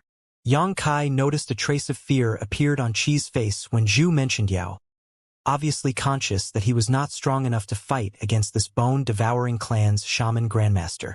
Based on Yao's strength, we might not necessarily be able to take him down even if Qi and I joined hands. Zhu explained calmly. She was not ashamed of being inferior to others. Fortunately, our main purpose is to rescue our people. As long as Qi and I can keep him busy, the rest of you can save the others, so there's no need to fight with him to death. After a pause, Zhu continued, You're a shaman master and can help a lot in battle. Since your people have also been kidnapped, let's join forces. He looked shocked, and gaped at Yang Kai in terror as if he could hardly believe his ears. Was he really a shaman master? Previously, he thought Shaman Qi was mistaken, but now that Shaman Zhu had also said so, there was only one possibility. Shaman Yo was really a shaman master. Yang Kai nodded, and asked, Are the two planning to attack at dawn? Yes. If so, I might be able to help more than that. Yang Kai's eyes flickered. Qi raised his eyebrows. Let's hear it. After a while, Ya and Yang Kai were dismissed. Ya seemed to be a little dispirited from suffering a great impact, and only regained his senses after a long while. Shaman Yo, be careful. Yang Kai smiled as he patted him on the shoulder. You too. As soon as he finished speaking, Yang Kai took action. Pushing his shaman strength, he began absorbing the essence of moonlight pouring down from the sky. Ya stood flabbergasted in front of him, watching Yang Kai's figure gradually become transparent with the influx of moonlight, then completely disappear. A rustle of footsteps traveled farther and farther away from him, and you knew that Shaman Yo had left. Seeing him performing such a mysterious shamanic spell, you was truly astonished. That should be the legendary moon concealment spell of the Moonlight Clan. However, the Moonlight Clan was exterminated a few thousand years ago, and the moon concealment spell should have been lost. Where did Shaman Yo learn it from? It was impossible for such a small place like Blue South Village to teach him such a profound shamanic spell. Of course, Yang Kai did not learn the moon concealment spell from the village chief, but from Senior Qing. Yang Kai had been assimilating Senior Qing's knowledge all the way back to Blue South Village. As such, he learned a lot of shamanic spells, and the long-lost moon concealment spell just happened to be useful at this moment. Under the moonlight, Yang Kai was almost invisible. Only divine sense, or someone in very close proximity with extremely sharp senses would be able to detect him. He walked all the way to the stone fortress, climbed over the stone wall quietly, and infiltrated it without anyone noticing. Numerous bone-devouring clan archers were patrolling back and forth vigilantly on the stone walls. Obviously, they were also aware that they may be attacked after raiding 3 villages. Despite the absence of divine sense, these archers had notably sharp senses and were naturally vigilant against danger. An archer almost sensed Yang Kai's presence when he climbed over the stone wall, their eyes darting towards the spot where Yang Kai was, but fortunately, upon seeing nothing there, he did not examine further, otherwise Yang Kai would have been found. Upon entering the stone fortress, the sickly stench of blood immediately reached Yang Kai's nose. The approximately 100 corpses Yang Kai had seen earlier were composed of the villagers from all 3 clans, and the sound of blood trickling and dripping onto the ground was simply horrifying. At that moment in the stone fortress, the bone-devouring clansmen were eating merrily, and the smell of meat permeated the air. Yang Kai quickly identified the meat the barbarians of the bone-devouring clan were chewing were human body parts. Ordinary people would lose their appetite just by looking at it, but the bone-devouring clan were truly delighting in it. It was no different for the children in the clan, who fought with each other over a bone with extra meat on it, refusing to give it away to the others, all while the adults watched from the side and laughed at them. Yang Kai had long heard that the barbarians of the bone-devouring clan were different from others, a group of uncivilized savages, and after seeing it with his own eyes, he could only admit that the rumors weren't unfounded. Taking a deep breath to quietly suppress his anger, Yang Kai started to investigate the inner structure of the stone fortress. According to his agreement with Qi and Zhu, his mission was to find out where the captives of the 3 villages were being detained. Then he would find a way to open the main gates of the stone fortress from the inside and create a distraction. Then, the people of Raging Flame Clan and Fierce Wind Clan would meet up with him from the outside. By then, in addition to the release of the warriors of the 3 clans, they would definitely catch the Bone-Devouring clan by surprise. Yang Kai could not be too reckless, as there was a shaman grandmaster and a few shaman masters in the stone fortress, so he dared not to use his divine sense lest he alarm the enemies. As such, he could only slowly search the place to find out the location of the captives. After midnight, Yang Kai had almost searched the entire stone fortress, but he still did not find the place where the prisoners were being held. There should be at least 700 to 800 prisoners from the 3 clans and villages, and such a large number of people could not be held in a small place. Yet Yang Kai was still unable to find them after much looking around. In the end, he cast his eyes at the most central position of the stone fortress, where a strong and ferocious aura was being emitted. Obviously, this was where Shaman Yao lived. After pondering for a moment, Yang Kai pushed his divine sense and penetrated it into the ground. Immediately after, he withdrew it. Sure enough, there was a cave beneath the stone fortress inside which Yang Kai sensed many auras, but he did not examine thoroughly to avoid being noticed by Shaman Yao. However, once he determined the location of prisoners, the rest was easy. Holding his breath and remaining still for a moment to make sure that his spying did not alarm Shaman Yao, Yang Kai then took cover in a hidden place, waiting for the right time to move. The stone fortress was merry and lively now, with the bone-devouring clansmen who had a rough winter finally having a good harvest, one that allowed them to celebrate. On the other hand, the clansmen of both Raging Flame Clan and Fierce Wind Clan were hiding quietly outside the stone fortress like 2 venomous snakes, waiting for the opportunity to reveal their fangs. As time passed, the noises in the stone fortress gradually subsided, and snores resembling muffled thunder came up one after another. Even the archers who were guarding on the stone wall began to yawn. Before dawn, when the world was at its darkest moment, a figure appeared and rushed to the stone fortress gate like a gust of wind. Following a few dull thuds, the heads of the several bone-devouring clan warriors who were guarding the gate split open, their brains and blood spurting everywhere. All of them died instantly in their sleep. Above the stone wall, several archers who heard the noise were startled and turned to look down at the same time. What they saw was a strange figure standing below them on the ground, and before they could react, he threw a punch at the gate. The stone gate was broken with a loud bang and pieces of it were thrown out in all directions. The earth trembled, as if 10,000 horses were galloping towards them in scattered and rapid hoof steps. The archers turned their heads in horror, and saw that under the cover of the darkness, numerous pairs of dreadful red eyes bewitched with the bloodlust spell emerged, wrapped in an aura of death, advancing on them like a flood of beasts. "Enemy attack!" someone exclaimed. The shriek was like an alarm bell that woke up the sleeping bone-devouring clansmen. At the same time, the archers on the stone wall pulled their bowstrings and began shooting arrows. Ancient barbarian race archers were all spirit archers, so the archers in the bone-devouring clan were as well. A dozen invaders succumbed with just a single volley of arrows. 2 figures quickly flew out from behind the flood of people, one of them with his hands set ablaze. As he waved his hands, 2 fire dragons plummeted from the sky with swaying heads and tails, scorching a group of bone-devouring clan archers to death. The other person chanted a spell, and a horrifying tornado composed of sharp blades of wind immediately blew over the stone wall. All the bone-devouring clansmen who were caught in the tornado were sliced and chopped into pieces. Their flesh was gone in the blink of an eye, leaving only their terrifying white skeletons. Qi and Zhu instantly cleaned up the threat of the archers. Following behind the 2 shaman grandmasters were the shaman masters and shaman warriors of the 2 clans. They were not great in number, only 7 people in total. However, all of them chanted incantations incessantly and blessed the warriors of both clans with various shamanic spells, making them faster, stronger, and more vicious. Yang Kai turned around, hovered in the air, and looked coldly at the alarmed bone-devouring clansmen. watching them running out from all directions. The shaman of bone-devouring clan shouted at his people from inside the crowd, seemingly instructing them to attack Yang Kai. Actually, they did not need to be instructed because Yang Kai, who was standing still, was an obvious target. Bone-devouring clan warriors saw him clearly, and before they even got near, numerous arrows already reached him. But the powerful arrows were completely useless against the light of Yang Kai's shield spell.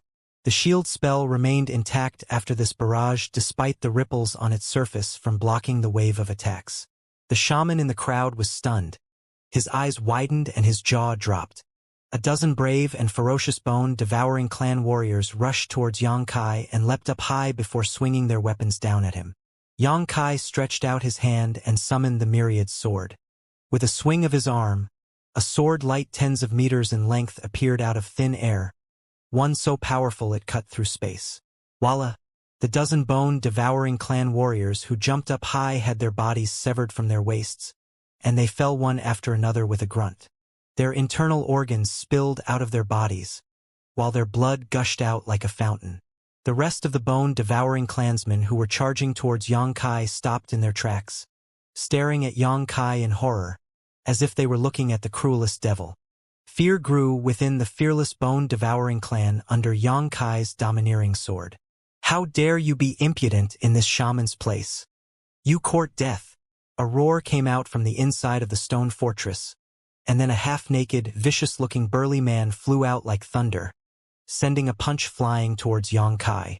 Yang Kai narrowed his eyes and turned his myriad sword horizontally to block his side. Without waiting for Yang Kai to fight back, two figures suddenly appeared by his sides. It was Qi and Zhu. The two shaman grandmasters who belonged to two different clans had arrived, and without another word, they immediately threw all the shamanic spells that they refined for years at the powerful shaman Yao, causing a burst of brilliant flashes of lights. In an instant, the three great shamans were locked in battle, their fight rapidly ascending and disappearing above the clouds. Hong Long Long, the 300 people of the Raging Flame clan and Fierce Wind clan arrived, and the defense of the stone fortress was stomped by their unstoppable momentum. The dexterous spirit archers climbed on the stone wall one after another, releasing arrow after arrow that flew at lightning speed, whipping through the air and shooting down one bone-devouring clan warrior after another. Under the surprise attack from both the inside and the outside, the bone-devouring clan was totally caught off guard. Being awakened abruptly from satiety and sleep, these bone-devouring clansmen were not able to perform effectively in combat, and dozens of them were injured and killed in an instant. But after a brief period of consternation, the bloodthirsty and ferocious bone-devouring clan finally regained their senses. Nearly 20 shamans scattered in the chaos began chanting incantations one after another to support their clansmen with all kinds of shamanic spells. Two hordes of hundreds of ancient barbarians rushed against each other. One side was fearless to die under the cover of their own archers, while the other side was driven by the smell of blood. Both sides crashed into each other with roars and screams. Even the earth wailed under this intense battle. The battlefield was like a huge melee, with blood spurting, flesh separated, and barbarians of both sides collapsed again and again. Yang Kai drew his attention away from the clouds and looked at the chaotic and barbaric battle ahead. Frowning slightly with a flicker, he instantly appeared on top of the bone-devouring clansman. With a buzz, a sword light came out from the tip of the myriad sword, speeding towards the enemies below. There was no sound and movement, only the flash of the sword light, and a long empty strip of land instantly appeared at the center of the bone-devouring clansman. All who once stood in that space had vanished into dust. Everyone looked up as the chaotic battlefield abruptly fell silent for a moment. Fear filled the eyes of the bone-devouring clansmen, while those of the Raging Flame clan and Fierce Wind clan were pleasantly surprised. No one expected that this weak-looking young man possessed such great power. Show! A blood light came up from below, transforming into a blood snake that opened its jaws and snapped at Yang Kai. This was the shamanic spell of the bone-devouring clan, and it was difficult to guard against. The snake opened its mouth, releasing its revolting breath, which was obviously highly toxic. One would not end well if bitten by this snake. However, Yang Kai did not even look at it, and under the frightened eyes of the Raging Flame Clan and Fierce Wind Clan, he simply lifted his hand, grabbed towards the void, and caught the blood snake in his hand. With a clench of his fist, the blood snake turned into a pool of thick blood and poured down from the air. At the same time, a shaman master among the bone-devouring clan grunted as blood flowed out his 7 orifices. The blood snake was his ultimate spell, one that he cultivated with his own blood essence, so he suffered a huge backlash when Yang Kai destroyed it. This shaman master had combat fighting experience, so upon seeing his blood snake easily countered by Yang Kai, he knew that he was by no means Yang Kai's opponent and attempted to hide in the crowd. Nevertheless, Yang Kai simply tossed the myriad sword like a spear, transforming it into a stream of light that shot through the crowd and pierced straight through the chest of the bone-devouring clan shaman master before it flew out his back and returned to Yang Kai's hand. A dozen bone-devouring clansmen who were unlucky enough to be in the way also collapsed. The targeted shaman master could not escape death, as even his shield spell was like thin paper in front of the myriad sword, standing no chance to defend against Yang Kai's attack at all. The bone-devouring clansmen were truly appalled and their eyes filled with horror as many of them involuntarily retreated a few steps. Who could stop this man now that even one of their shaman masters was instantly killed by him? Only Shaman Yao could possibly match him, but Shaman Yao was being kept busy by the enemies atop of the clouds and could not be in 2 places at once. Ho! The Raging Flame warriors roared wildly and bravely charged at the bone-devouring clansmen, who were retreating timidly. When the 2 groups collided, despite their superior numbers, the bone-devouring clan was the one who was routed. Yang Kai nodded at Ya, who was in the crowd, before immediately moving to leave the battlefield. Although he had created a great advantage for the Raging Flame Clan and Fierce Wind Clan with his 2 attacks, demoralizing the bone-devouring clan, the enemy still held a 2-to-1 advantage in numbers, so Yang Kai wasn't confident his side's momentum could be maintained in a prolonged battle. He now had a more important task. Soon, Yang Kai slipped inside the area of the stone fortress where he had investigated before. The battle had drawn the attention of the bone-devouring clan, so no one was guarding this place. Not that it would have mattered anyway. After scanning around with his divine sense, Yang Kai quickly found an entrance to the underground at a certain location of the stone fortress. He smashed his way through the gates and quickly descended the steps. A pungent smell reached the tip of his nose, and a faint light of fire came from deep underground. Soon, Yang Kai entered a place similar to a dungeon, his footsteps startling the bone-devouring clansmen who were guarding the prison. "What's going on up there?" one of them asked in a muffled voice. Yang Kai did not answer as he continued forward. "I'm asking you what's going on up there?" The guard seemed to have a bad temper and yelled impatiently. The answer that he received was a chilling light in the dark. Yang Kai walked past him, and his head flew. His burly body shook a few times before falling down on his back, covering the ground with scarlet blood spurting from his neck. The sudden event shocked the other bone-devouring clansmen who were guarding the dungeon. Unfortunately, before they could react, the myriad sword was sent flying like a sickle, reaping their lives like wheat. After retrieving the myriad sword, Yang Kai swept his eyes around and saw that this underground prison was split into a dozen cells.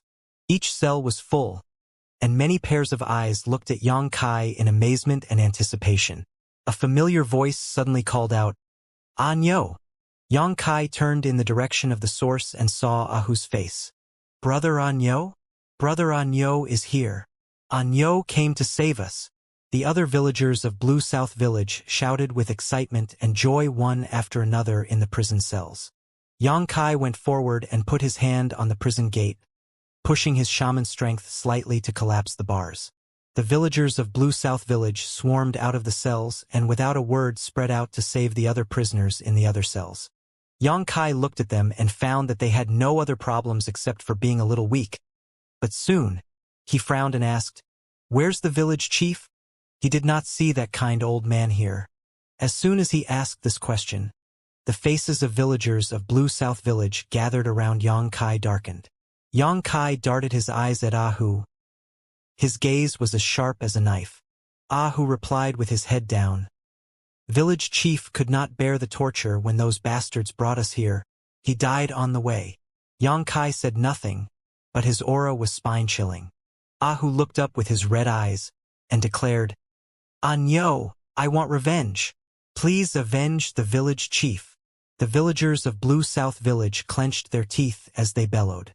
Xianxia lifted his head and nodded as he saw the rage burning in their eyes. At this time, the prisoners in the other cells were also rescued and two people stepped forward, seemingly the leaders of the Raging Flame Clan and Fierce Wind Clan villages. Before they could speak, though, Xianxia turned to them and remarked, "Shaman Qi and Shaman Zhu have brought people here. The clansmen of your two clans are fighting above with the bone-devouring clan now. They need your strength." "Shaman Qi is here? Shaman Zhu is here too?" The clansmen of the two clans were overjoyed when they received the news. With the presence of two shaman grandmasters, the clansmen of both clans gained great confidence. "Ahu, take everyone to fight with them. We shall not spare the bone-devouring clan." "Good. Today, we shall not spare the bone-devouring clan. No hesitation. No mercy," everyone shouted. The hundreds of people seemed to be united through their mutual hatred, and their morale soared up to the sky. Xianxia chanted an incantation, and various exquisite shamanic spells gathered in his hands, turning into mysterious power that bolstered the strength of the clansmen of all three clans. The hundreds of people were shocked, especially Ahu and the others, as all of them felt astonished. Although they knew Anyo was a shaman, none of them had seen someone have the strength to bless hundreds of people with a variety of shamanic spells all at once. What's more, they felt that the shamanic spells that Anyo casted were much more effective than those cast by the village chief. To say the least, the bloodlust spell gave them a very different feeling. At the moment, their originally weak bodies were surging with endless power. If there were a tiger or leopard in front of them, perhaps they could just tear it apart with their bare hands. All of them wondered just how strong Anyo was now. However, the battle was raging already, so there was no time for questions. Xianxia simply waved his hand and ordered, "Go! All of you!" Ahu nodded at Xianxia and led the hundreds of clansmen together with the other two leaders out of the dungeon. Xianxia stood still and gently closed his eyes. His divine sense spread out like a tide and instantly locked on Shaman Yao's location, who was fighting against two people above the clouds. The next moment, he raised his sword and pointed it to the sky. With a flicker, he turned into a spinning top, and wherever the tip of the sword touched, the earth above him collapsed, gouging out a deep tunnel. Following a crash, Xianxia broke through the ground, wrapped himself in the sword light and soared to the sky. At the same time, Shaman Yao, who had the upper hand despite fighting 2-on-1, was suddenly alerted as he felt himself become shrouded with the aura of death, causing a chill to shoot up his spine. Seeing that he was distracted, Qi, who was suppressed earlier, hurriedly jumped away and cast a multi-layered shield spell on himself. Cold sweat was trickling down from him like droplets of rain. It was a dangerous moment just now. He initially thought that with him and Zhu working together, they could at least hold Shaman Yao back even if they could not kill him. As long as Shaman Yao freed their clansmen who were captured, they would be able to overcome the disparity in numbers on the battlefield, then retreat safely. The main purpose of this battle was to save people, so it was unnecessary to fight the bone-devouring clan to the death. But after they started to fight, only then did Qi find that his judgment was wrong. Although Yao was indeed a mid-rank shaman grandmaster and only a minor realm higher than himself and Zhu, the former's strength was much greater than what Qi had expected. He and Zhu had joined hands, yet still could not get the upper hand against Yao. Yao's shaman artifact was a bottle gourd that was capable of releasing a blood sea, one that was highly corrosive, and because Qi and Zhu fell into the blood sea, they could only unleash 80% of their strength. Otherwise, things would not have become so difficult. It was obvious that Yao was planning to take them out separately. He bound Zhu with the power of blood sea, then focused on attacking Qi. It was just a while since the battle started, but Qi had already been forced into a perilous situation. If Yao had not stepped back just now, Qi would have been seriously injured, if not dead. Why did he retreat? Qi did not understand why, and was not sure if it was one of Yao's tactics. so he immediately retreated to Zhu and watched carefully. But soon, he understood the reason why Yao retreated. Because a sensational and exceedingly sharp aura suddenly pierced all of them from the bottom of the blood sea. Although the aura was not targeting him, Qi's soul was still shaken. Perhaps Yao would not feel any better facing this aura. Indeed, he was right. Yao, who had been acting at ease all this while, suddenly seemed to have encountered his natural enemy. He looked notably nervous, and his mouth moved unceasingly to chant more incantations. The blood sea rolled up as waves converged at one point, then transformed into a whirlpool. A terrifying power that could collapse mountains and split the sea was transmitted from the bloody whirlpool. Qi drew a chilled breath, his eyes full of terror. It was not because of Yao's great strength. After all, he was just a mid-rank shaman grandmaster who was a minor realm higher than him, so how strong could he be? However, Yao's true advantage lay in his shaman artifact, the blood bottle gourd. It was definitely not a shaman artifact that a shaman grandmaster could easily obtain. It should be a shaman artifact granted by a shaman king or shaman saint. Qi's heart sank as he thought of this possibility. Before he could think of anything else, the sharp aura had collided with the blood sea, the impact creating a violent rumble. Numerous sword Qi blades emerged out of thin air and swam within the blood sea, shredding a large portion of it into mist. Qi's eyes brightened as even though he had no idea where the strong aid came from and was flabbergasted by its power, he knew that it was the best timing for him to fight back. He exchanged a glance with Zhu, communicating with her silently. The pair immediately began chanting their incantations, the shaman artifacts in their hands shining brightly as they charged forward to attack Yao head-on. The blood sea shook and formed a wall with its waves, guarding Yao's front, neutralizing the attacks of the two shaman grandmasters. Not only that, but their shaman artifacts were also damaged by the blood sea and lost a lot of their spirituality, which devastated the pair. However, their actions more or less restrained Yao, resulting in him being less able to resist the power of the sword aura. The bloody whirlpool abruptly became disordered and scattered, and a sword light surfaced out from the whirlpool together with its wielder, who immediately slashed towards Yao. Ho! Yao was not surprised by this development and lifted his hand as he bellowed, condensing arrows of blood that he sent flying towards the approaching sword.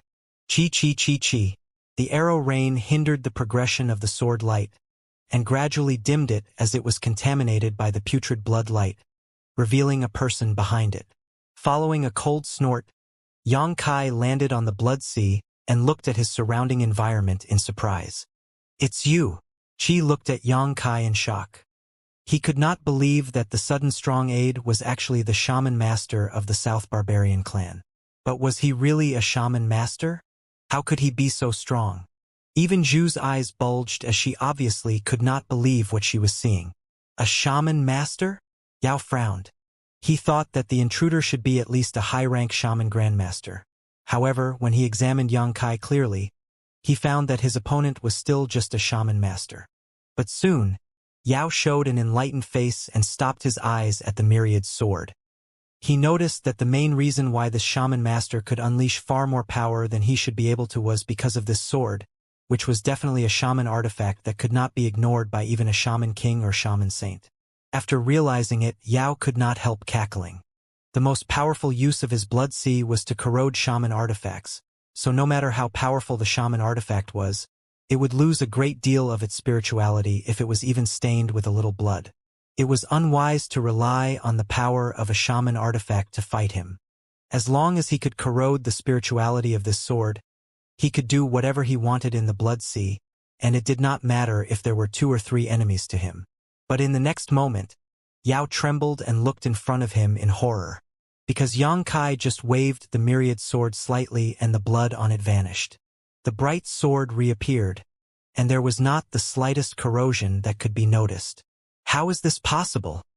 Just when he was stunned, Xianxia turned into a streak of light and charged at Yao again. Be careful. Qi was appalled. Although he was astonished by Xianxia's previous amazing move, he was still just a shaman master. How could he end well if he rushed towards the enemy so rashly? Yao burst into laughter as he stared at Xianxia as if he were a dead man. As soon as he raised his hand, The blood sea separated and covered Xianxia like a tsunami, causing the latter to vanish instantly under its crimson waves. Jaw dropped, Qi revealed a furious expression, secretly cursing this South Barbarian clan shaman master for not being able to achieve anything. Yao's blood sea was hard enough to deal with in the first place, but now that Yao had melted down this shaman master to supplement his own strength, perhaps he would become even more powerful. If that happened, Qi and Zhu had no chance of winning. Retreat now. Such thoughts came to his mind as there was still a possibility that they could survive if they escaped. Otherwise, if Yao managed to change his focus back to them, he and Zhu would not be able to leave even if they wanted to. As for his people, he could not care much about them now and just hoped that as many of them could escape as possible. Although he considered it, Qi did not make a move because he saw something wrong with Yao's expression. Logically, Yao should be delighted to get rid of a strong enemy. However, he did not look happy at all. Instead, he looked a little shocked. Is there something wrong? Before he could finish his thought, a figure broke out from the blood sea. His animal skin clothes were entirely corroded, revealing a comparably small and weak barbarian physique.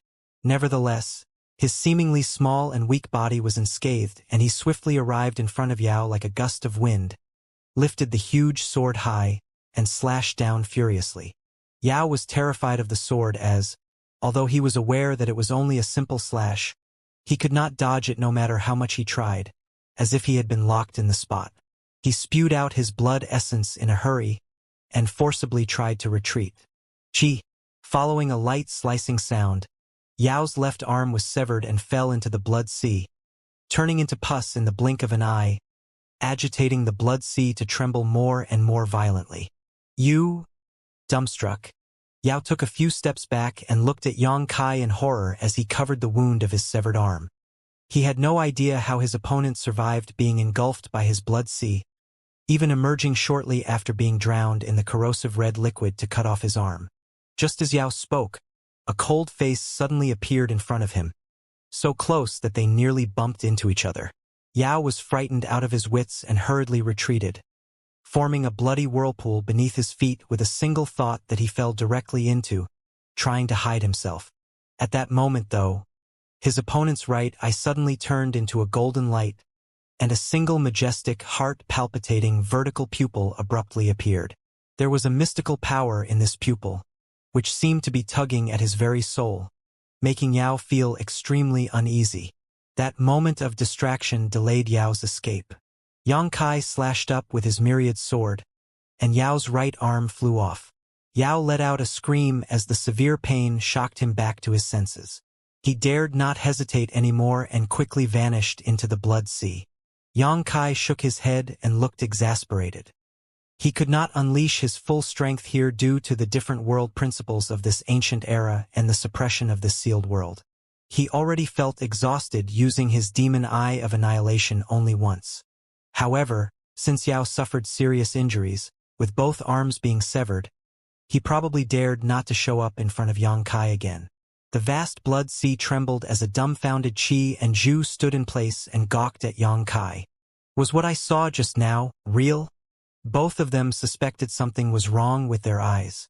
A shaman master swung his sword twice and actually successfully cut off both of Yao's arms? On the other hand, Yao did not seem to have the intention to dodge at all and took the slashes like a fool. The two did not understand what happened in the battle even though they were shaman grandmasters. However, it was still too early to celebrate their victory. Although Yao was severely injured, he managed to hide inside the blood sea, and he could move freely inside of it. No one knew when he would ambush them.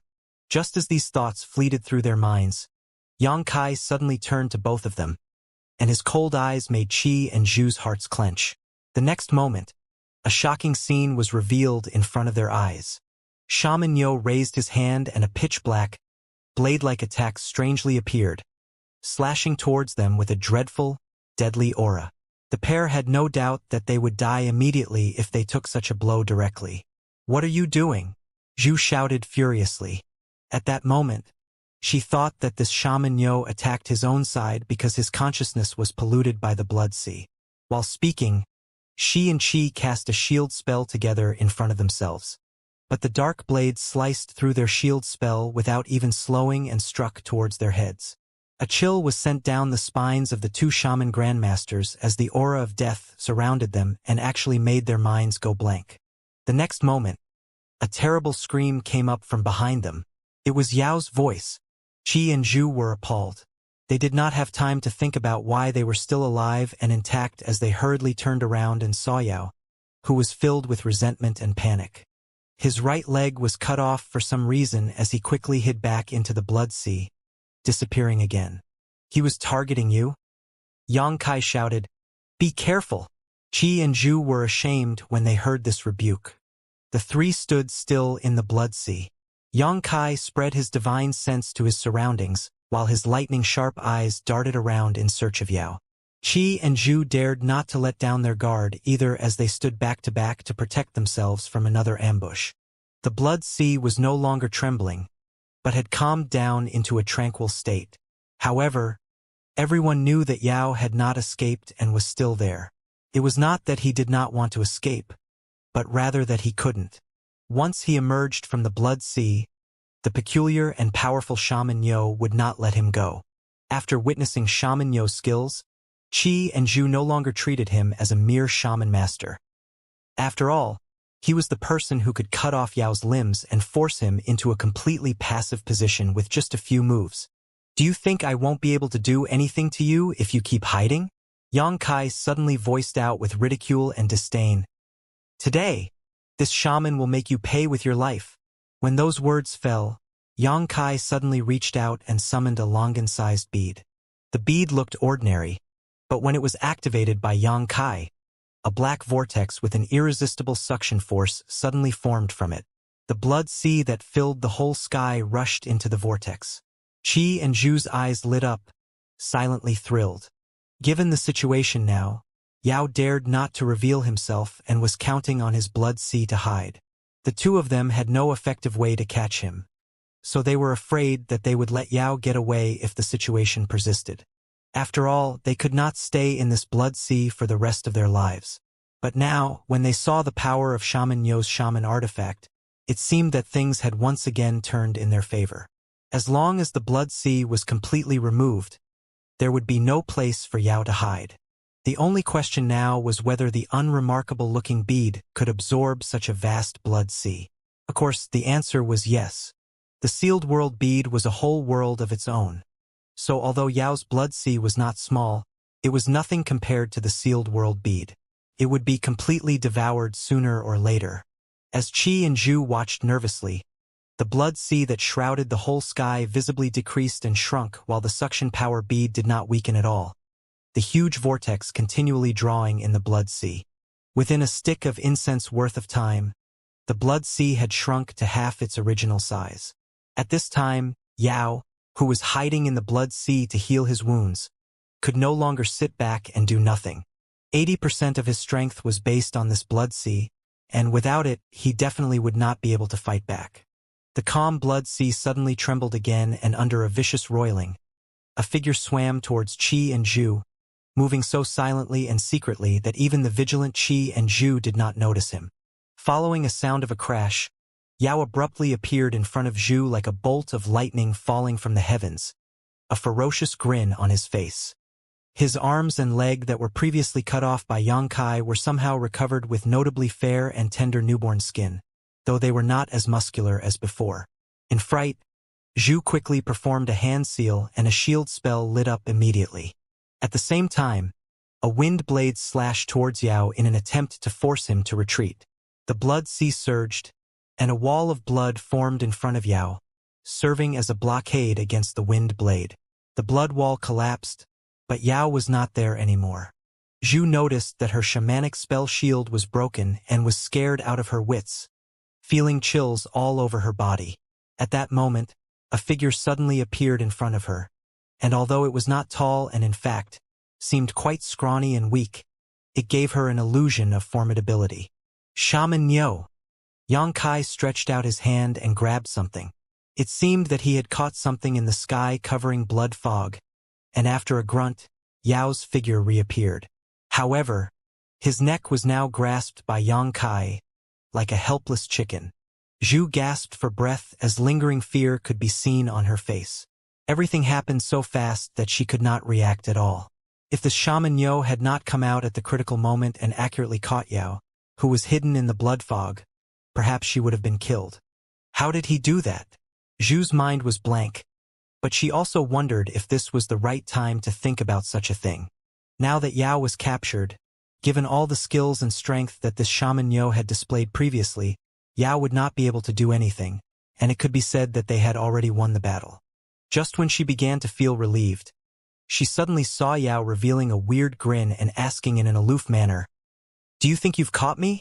Zhu was confused, and she instinctively felt something was wrong, but she was unsure what it was. "Do you think you've succeeded?" Yang Kai sneered as he asked back. Yao, who had a victorious grin on his face, suddenly showed a look of shock, and before he could say anything, Yang Kai tightened his grip and snapped his neck. Walala!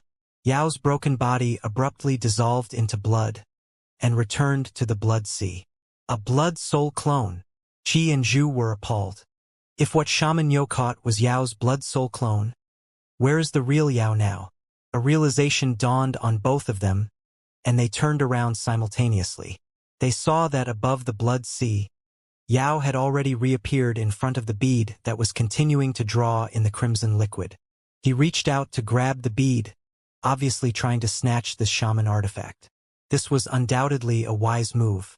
Yao's strength was established on the foundation of the blood sea, so now that Shaman Yo had a shaman artifact that could counter his blood sea, and given that Shaman Yo was already unreasonably strong, Qi and Zhu would do the same if they were Yao, which was to find a way to snatch away the shaman artifact first.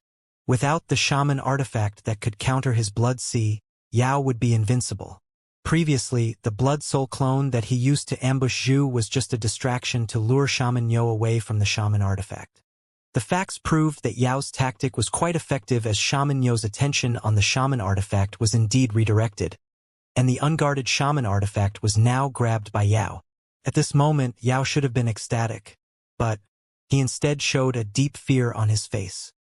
His hand that was holding the shaman artifact shook violently, as if it was struck by lightning. "Fool!"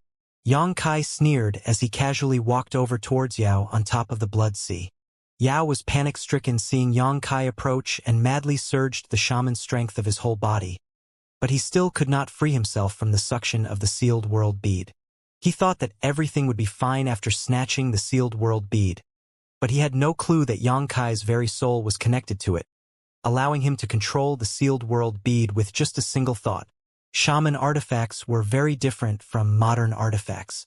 If the sealed world bead was really a shaman artifact, Yao would have succeeded in snatching it. However, the sealed world bead was a world unto itself, so how could Yao seize an entire world with his measly strength without first refining it? Even if it was a shaman king or a shaman saint, they would not be able to pick it up either. Instead, he was locked in place by the suction force from the sealed world bead. Seeing that Yang Kai was approaching closer and closer, Yao started to look flustered. Previously, there were not many changes with his expression even when his 2 arms and leg were cut off. But right now he felt true despair.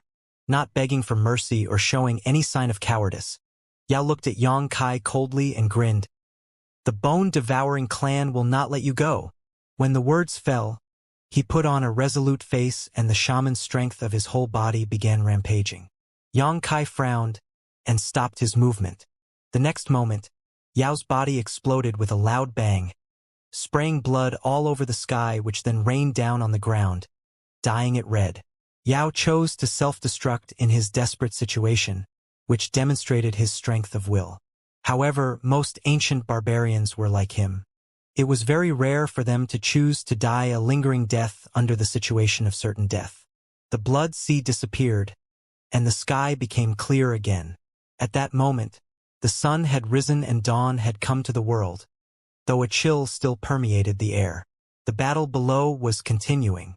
There were 700 to 800 people from the stone fortress of the Bone-Devouring clan, while even though only 300 people of Raging Flame clan and Fierce Wind clan came here, they had some advantage in numbers after the addition of the prisoners Yang Kai freed earlier. The only downside was that they had fewer shamans than their opponents.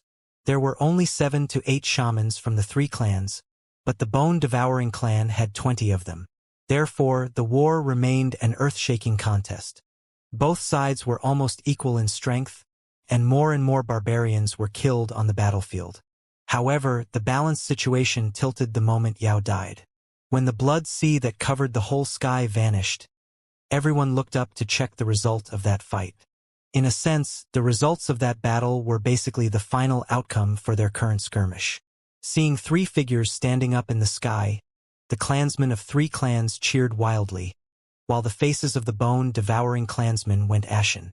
Kill! Following a roar, the three barbarian clans launched a final assault. The bone-devouring clan that lost Yao was no longer qualified to compete with the three clans, and due to their loss of morale, the balance was broken in an instant. Without saying a word, Zhu and Qi flew down and crashed through the battlefield with their powerful shamanic spells. Whenever they raised and waved their hands, enemies would die. The 20 or so shamans of bone-devouring clan were all killed after less than 10 breaths of time. Without the support of their own shamans, the combat power of the bone-devouring clan warriors was greatly reduced, and they were soon slaughtered. It was a one-sided massacre in the later stage of the fight. Nevertheless, no one showed mercy, because the enemies in front of them were the bone-devouring clan. They were the scourge of the barbarian race, a clan that should have been eliminated long ago. The battle lasted for half a day, and when everything was over, the stone fortress was filled with blood and corpses, while every last bone-devouring clansman was killed. The clansmen of three clans began to inspect the battlefield once the dust settled and gave the bone-devouring clansmen, whether dead or alive, a final strike to ensure their death. Then, they began to gather the bodies of their clansmen. As night fell, a simple ceremony was held outside the stone fortress, where the dead from all three clans were stacked together and cremated by Qi. The ancient barbarian race believed that after the death of a clansman, the hot flames could return them to the embrace of the barbarian gods. After taking a whole night to clean out the stone fortress, the three clans were ready to leave. Although almost everyone was injured and some even needed to be carried due to the loss of their limbs, everyone was delighted. It was a great achievement to save their people from the hands of the bone-devouring clan. Not far away, Qi, Zhu, and Yang Kai were whispering while taking a walk. "Shaman Niu, you have to be careful of the bone-devouring clan trying to take revenge," Zhu reminded solemnly. "The bone-devouring clan seeks vengeance for even the slightest grievance, so they definitely won't sit back and do nothing after we wiped out one of their subordinate clans." Qi nodded. "You should find time to meet the shaman kings of your clan. It would be better for them to handle this situation. After all, it was the bone-devouring clan who started this. With the intervention of a shaman king, perhaps this matter can be settled." "It's not going to be so easy." Yang Kai shook his head. "Didn't you notice that Yao's shaman artifact was not something that a shaman grandmaster could easily possess?" Zhu and Qi's face changed slightly at his words, as they had obviously also realized this. Yang Kai continued, "To have such a shaman artifact means Yao's background is not simple. He's either the descendant of a shaman king or the shaman saint of the bone-devouring clan. Either that, or he is highly valued by those shaman kings and shaman saint. We have caused great trouble by killing him, and it may not be resolved easily by the intervention of a shaman king." Zhu replied, "But no matter what, we will stand a better chance with the intervention of the shaman kings. We can't fight an enemy shaman king alone with our current strength." Yang Kai smiled lightly and said nothing. He was a shaman master now, and it was true that he might be no match for a shaman king. However, with access to his divine sense, he could actually use space principles, so he was not afraid of facing a shaman king. Furthermore, as long as he was given enough time, his strength would definitely soar. On the other hand, Zhu and Qi had no power to fight back if they were confronted by a shaman king from the bone-devouring clan, so it was reasonable that they wanted to seek the protection of the shaman kings of their own clans. The three walked and talked all the way, and although Qi and Zhu's cultivation was much higher than Yang Kai's, they dared not underestimate him anymore after the bloody battle yesterday. They were not capable of forcing a mid-rank shaman grandmaster to self-destruct. As such, they took the initiative to lower their status and had an equal exchange with Yang Kai. Half a day later, the three clans parted ways, and Yang Kai led the 200 surviving villagers back to Blue South Village. Blue South Village originally had 300 villagers, but after this incident, a third of their people had been lost, and as the only shaman left in the village, Yang Kai naturally became its new chief. 3 days later, Yang Kai and the 200 people arrived at Blue South Village. Seeing the village full of ruins, many villagers were somewhat dejected. At the entrance of the village, Taya suddenly appeared, looked at Yang Kai, and nodded at him. 8 children came out from behind Taya and ran to their parents respectively, hugging them as both sides cried loudly. The villagers were surprised to see Taya, a stranger here, but fortunately, the villagers had little contact with the outside world and were unfamiliar with the nomad clan, so they were just a little curious about her. Taya's physique was somewhat similar to that of Anyo's, which was not as burly as that of ordinary ancient barbarians, so that actually made the villagers have a friendly impression of her. Yang Kai briefly introduced Taya, stating that she was his friend, to the villagers. Immediately, she was warmly welcomed by the clansmen. Since the village was destroyed, it naturally needed to be rebuilt. Fortunately, the villagers were all tall and sturdy, so the task was simple. The reconstruction took less than 5 days, and the dilapidated village returned to its former appearance. Once restoration work was completed, Yang Kai sat cross-legged in a wooden house and checked the contents of his space ring for a while, eventually taking out a 9th order monster core. If it was before, Yang Kai would not have paid any attention to the monster core of a 9th order monster beast. Back then, Yang Kai only picked up 9th order and above monster cores while collecting them in the 10,000 Spirits Tomb of the ancient wildlands. He did not keep any monster cores that were lower than 9th order, otherwise, he would have several million of them rather than just 1 million. Nevertheless, this 9th order monster core might still be too potent for him now. The monster beast cores that Yang Kai used for cultivating before were nothing special, the highest grade one only being equivalent to that of a 6th order monster beast's core. At the moment, this 9th order monster core was just like a table of delicacies compared to the cabbage soup which Yang Kai used to eat, but he wondered if he could stomach it. However, at this point, Yang Kai could not afford to hesitate. His physique was currently in good condition, so even if the energy of the 9th order monster core would burden him, it shouldn't hurt too much. Yang Kai opened his mouth and swallowed the monster core, then immediately circulated his shaman art. This shaman art was not the one taught by the village chief, but the one received from Senior Qing's knowledge. It was a brilliant shaman art that was completely incomparable with the one taught by the village chief. As the shaman art circulated, Yang Kai immediately felt a difference. After all, he was an Emperor Realm Master and was naturally able to figure out the quality of a secret art with just a try. This shaman art was indeed amazing, boosting Yang Kai's rate of cultivation more than 10 times compared to before. The most important thing was that he had ingested a 9th order monster core. A burning sensation filled his stomach, like a burning flame. When the surging energy shrunk and expanded again, Yang Kai's belly inflated into a round swell in an instant. If his physique had not been strong enough, these changes alone would be enough to make him explode and die. His face turned red, and veins surfaced on his forehead. Blood flowed out of Yang Kai's nostrils from the overwhelming energy, but he remained as motionless as a mountain, focusing his mind on refining this wild energy with his shaman art. His breathing was like the waves in the sea. The wooden house shook, and the surrounding world energy trembled, frightening the villagers, who were utterly clueless about what was happening.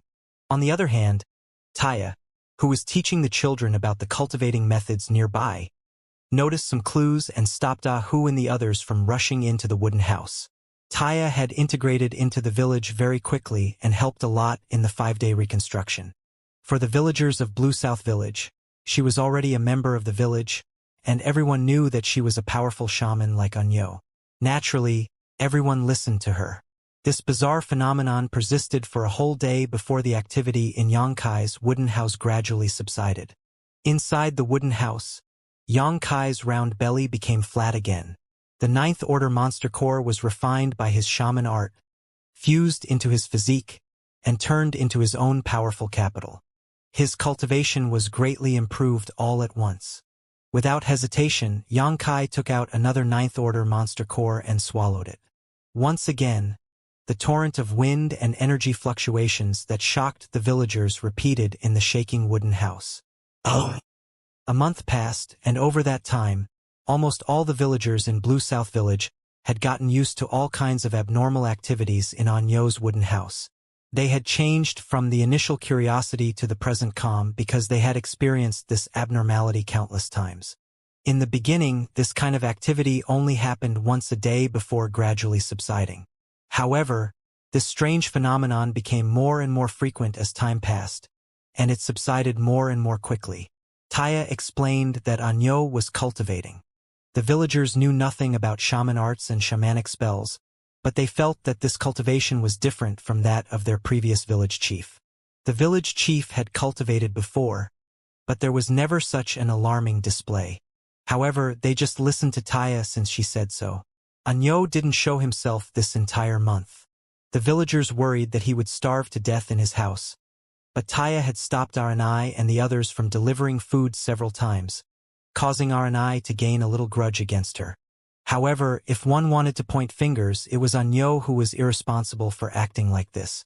Back then, when the village chief led everyone, he would guide everyone in every detail. Nevertheless, when Anyo became the new leader of the village, other than helping them in the 5-day reconstruction, he just disappeared for the rest of the time. Ahu and the others could only act according to the circumstances. If they faced some obstacles, they would approach Taya, and although she did not have much experience, she could still manage the affairs of the village pretty well, which helped the villagers a lot. For now, even though Taya's prestige was not as high as Xianxia's in the village, it was only slightly inferior. On this day, the peaceful village was suddenly alarmed by a sharp whistle. The villagers rushed out of their wooden houses one after another. Ahu and the other youngsters looked solemn, ready to fight at any time because the whistle coming from the wall was a warning alarm. This noise represented that an outsider had come to the village. "What's the matter?" Ahu ran up to the wall and looked at the archer that was on guard duty. "A shaman grandmaster has come." The archer pointed forward, and Ahu looked in that direction. Sure enough, he saw a man flying their way from the sky. A shaman grandmaster. A notably powerful shaman grandmaster. Only shaman masters and those that were stronger could fly freely through the sky like birds. Ahu's face suddenly darkened. "He's injured." Taya's voice suddenly came from the side. Ahu had no idea when she arrived, but after knowing her for a month, Ahu and the others understood that Taya was also an outstanding shaman grandmaster. Since she said it, it must be so. "Injured." Ahu frowned. When he looked again, he indeed realized it too. The shaman grandmaster who was flying over was unsteady and trembling. As he was approaching, Ahu could vaguely see traces of blood on him. The shaman grandmaster really was injured.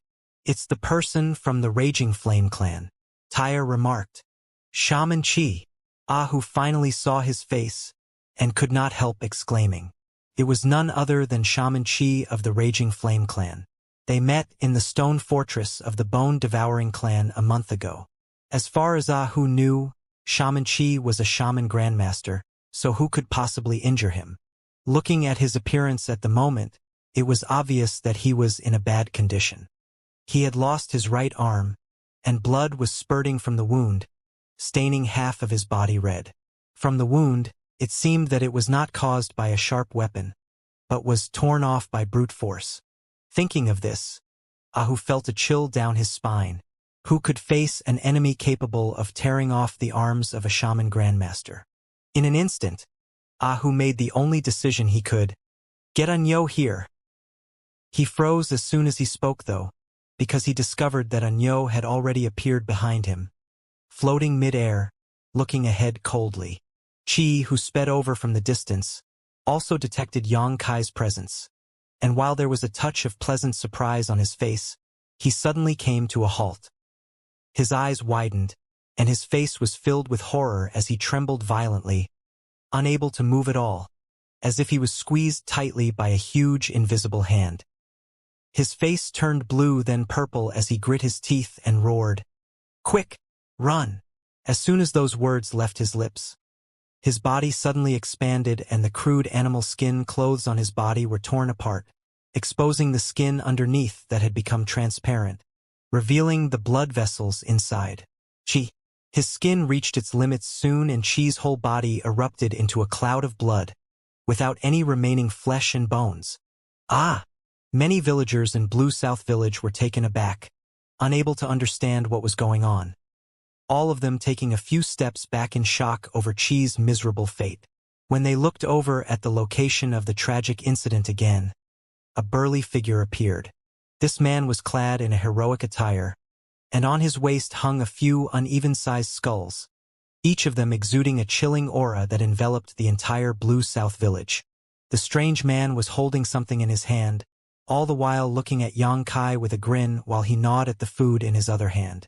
The bone-devouring clan, Ahu muttered as he identified the man from the unique patterns on his face.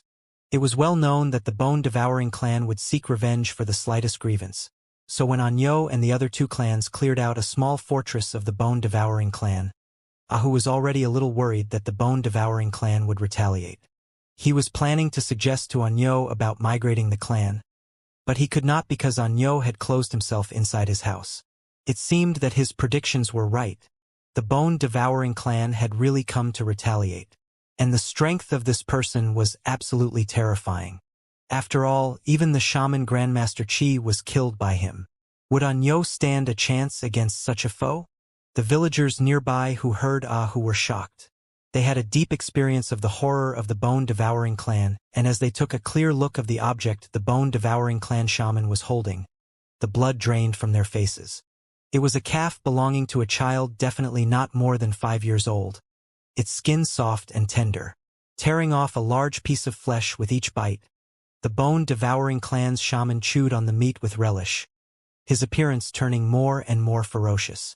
The villagers felt extremely revolted, fighting hard to resist the urge to vomit. Yang Kai's eyes darkened slightly as he glanced at the blood-drenched ground resulting from Qi's death and sighed. Although he did not know what happened to Qi, he had a vague idea. The shaman of the bone-devouring clan did not kill Qi immediately, but rather deliberately pursued him tortuously to locate Blue South Village.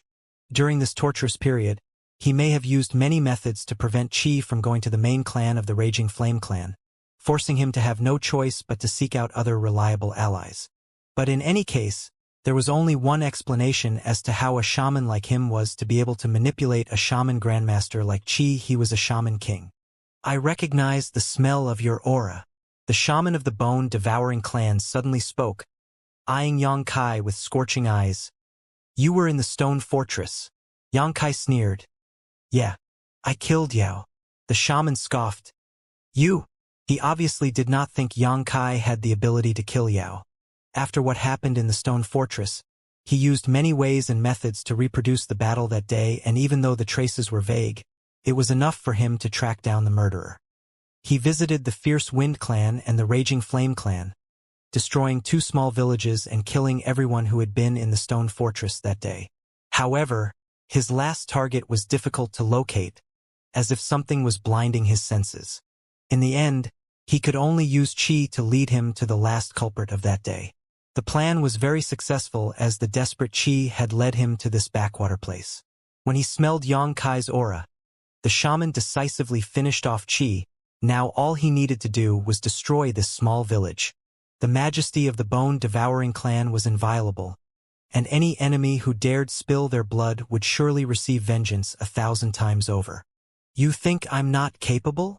Yang Kai asked with a smirk, and at the same time quietly transmitted a message to Taya, instructing her to take the villagers into hiding.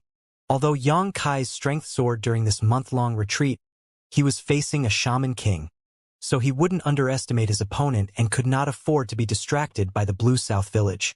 If the villagers did not withdraw, the power of the upcoming battle would be sufficient to extinguish their souls. The shaman snorted coldly, refusing to reply. Yao felt the same way before he died. Yang Kai snickered deeply. The shaman king asked condescendingly, Are you trying to say that Shaman Che, will end in the same way? Yang Kai shrugged his shoulders, but that gesture was undoubtedly a tacit approval.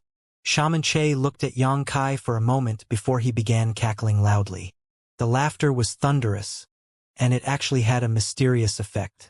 The villagers who were quietly evacuating were caught off guard by it and began oozing blood from their mouths and noses, except for Yang Kai, who was right in front of him and remained unmoved. As soon as the laughter stopped, Shaman Che studied Yang Kai and found that he was not pretending to be calm, but was indeed completely unscathed. Now, he found that this was a bit strange. It seems that this trivial shaman grandmaster does have some skill. He was still a shaman king despite being a low-rank one, so how could his voice infused with his power be resisted by a mere shaman grandmaster? Nevertheless, Yang Kai stood there like an unchanging mountain, completely unaffected by his trick. While muttering to himself, Shaman Che dropped the calf in his hand and patted his stomach. Shaman strength surged out as he belted out a howl, and the skulls hanging around his waist emitted a freezing cold aura, their hollow eyes flashing with a green glow as they flew out together. How dare you to kill my bone-devouring clansmen? Today, this shaman will turn you all into food. As Shaman Che roared, the flying skulls expanded in the air into the size of houses.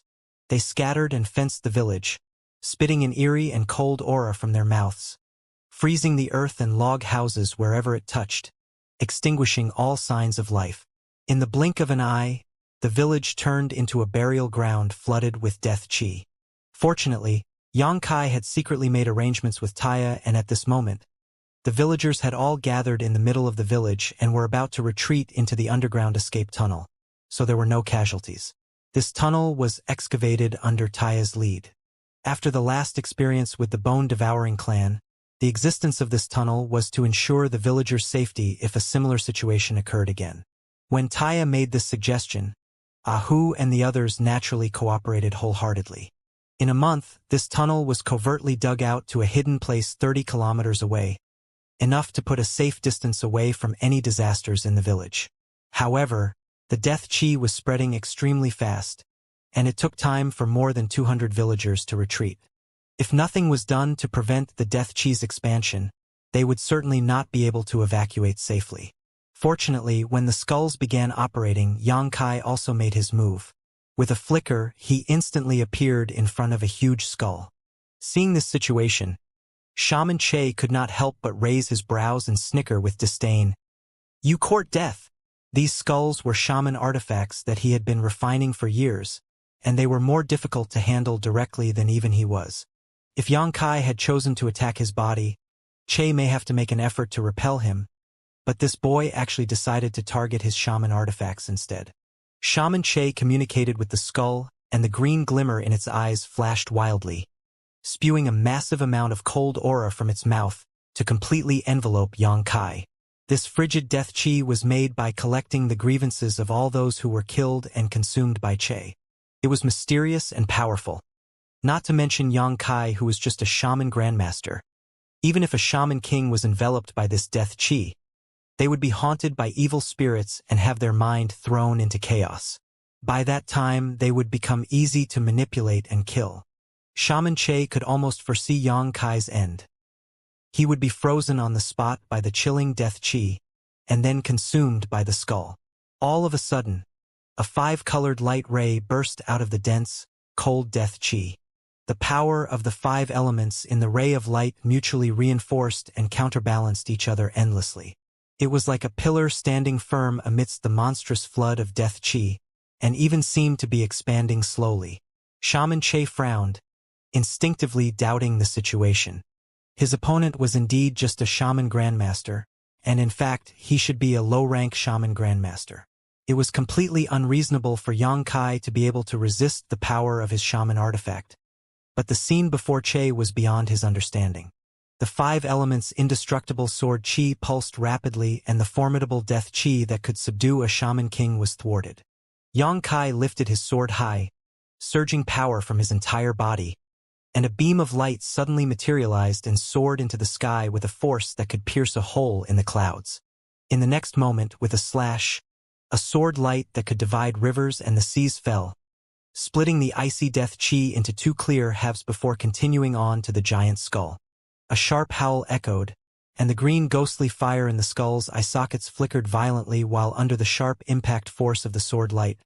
The skull was sent flying so fast it looked like it would be thrown out of the world itself. Shaman Che was shocked. He never expected that a mere shaman grandmaster could exert such strength and hurriedly stretched out his hand to summon back his skull, which shrunk and returned to his hand. Shaman Che looked down at the skull and immediately became infuriated, his face twisting in rage. There was actually a crack on his shaman artifact. This was a shaman artifact of a shaman king, so under normal circumstances, it would not take any damage no matter how much another attacked it, let alone a crack. However, the small crack on the shaman artifact now seemed to be mocking him for his ignorance with a big, wide smile. While he was still examining the skull, he sensed a sudden movement, and when he looked up, he roared, "Enough!" The shaman grandmaster, with a rather scrawny appearance, was flying towards another skull and preparing to swing his sword at it. After suffering such a big loss previously, Shaman Che learnt of his opponent's ability, and hurriedly summoned back all his shaman artifacts that were releasing the chilling death chi that was turning the village below into a dead zone.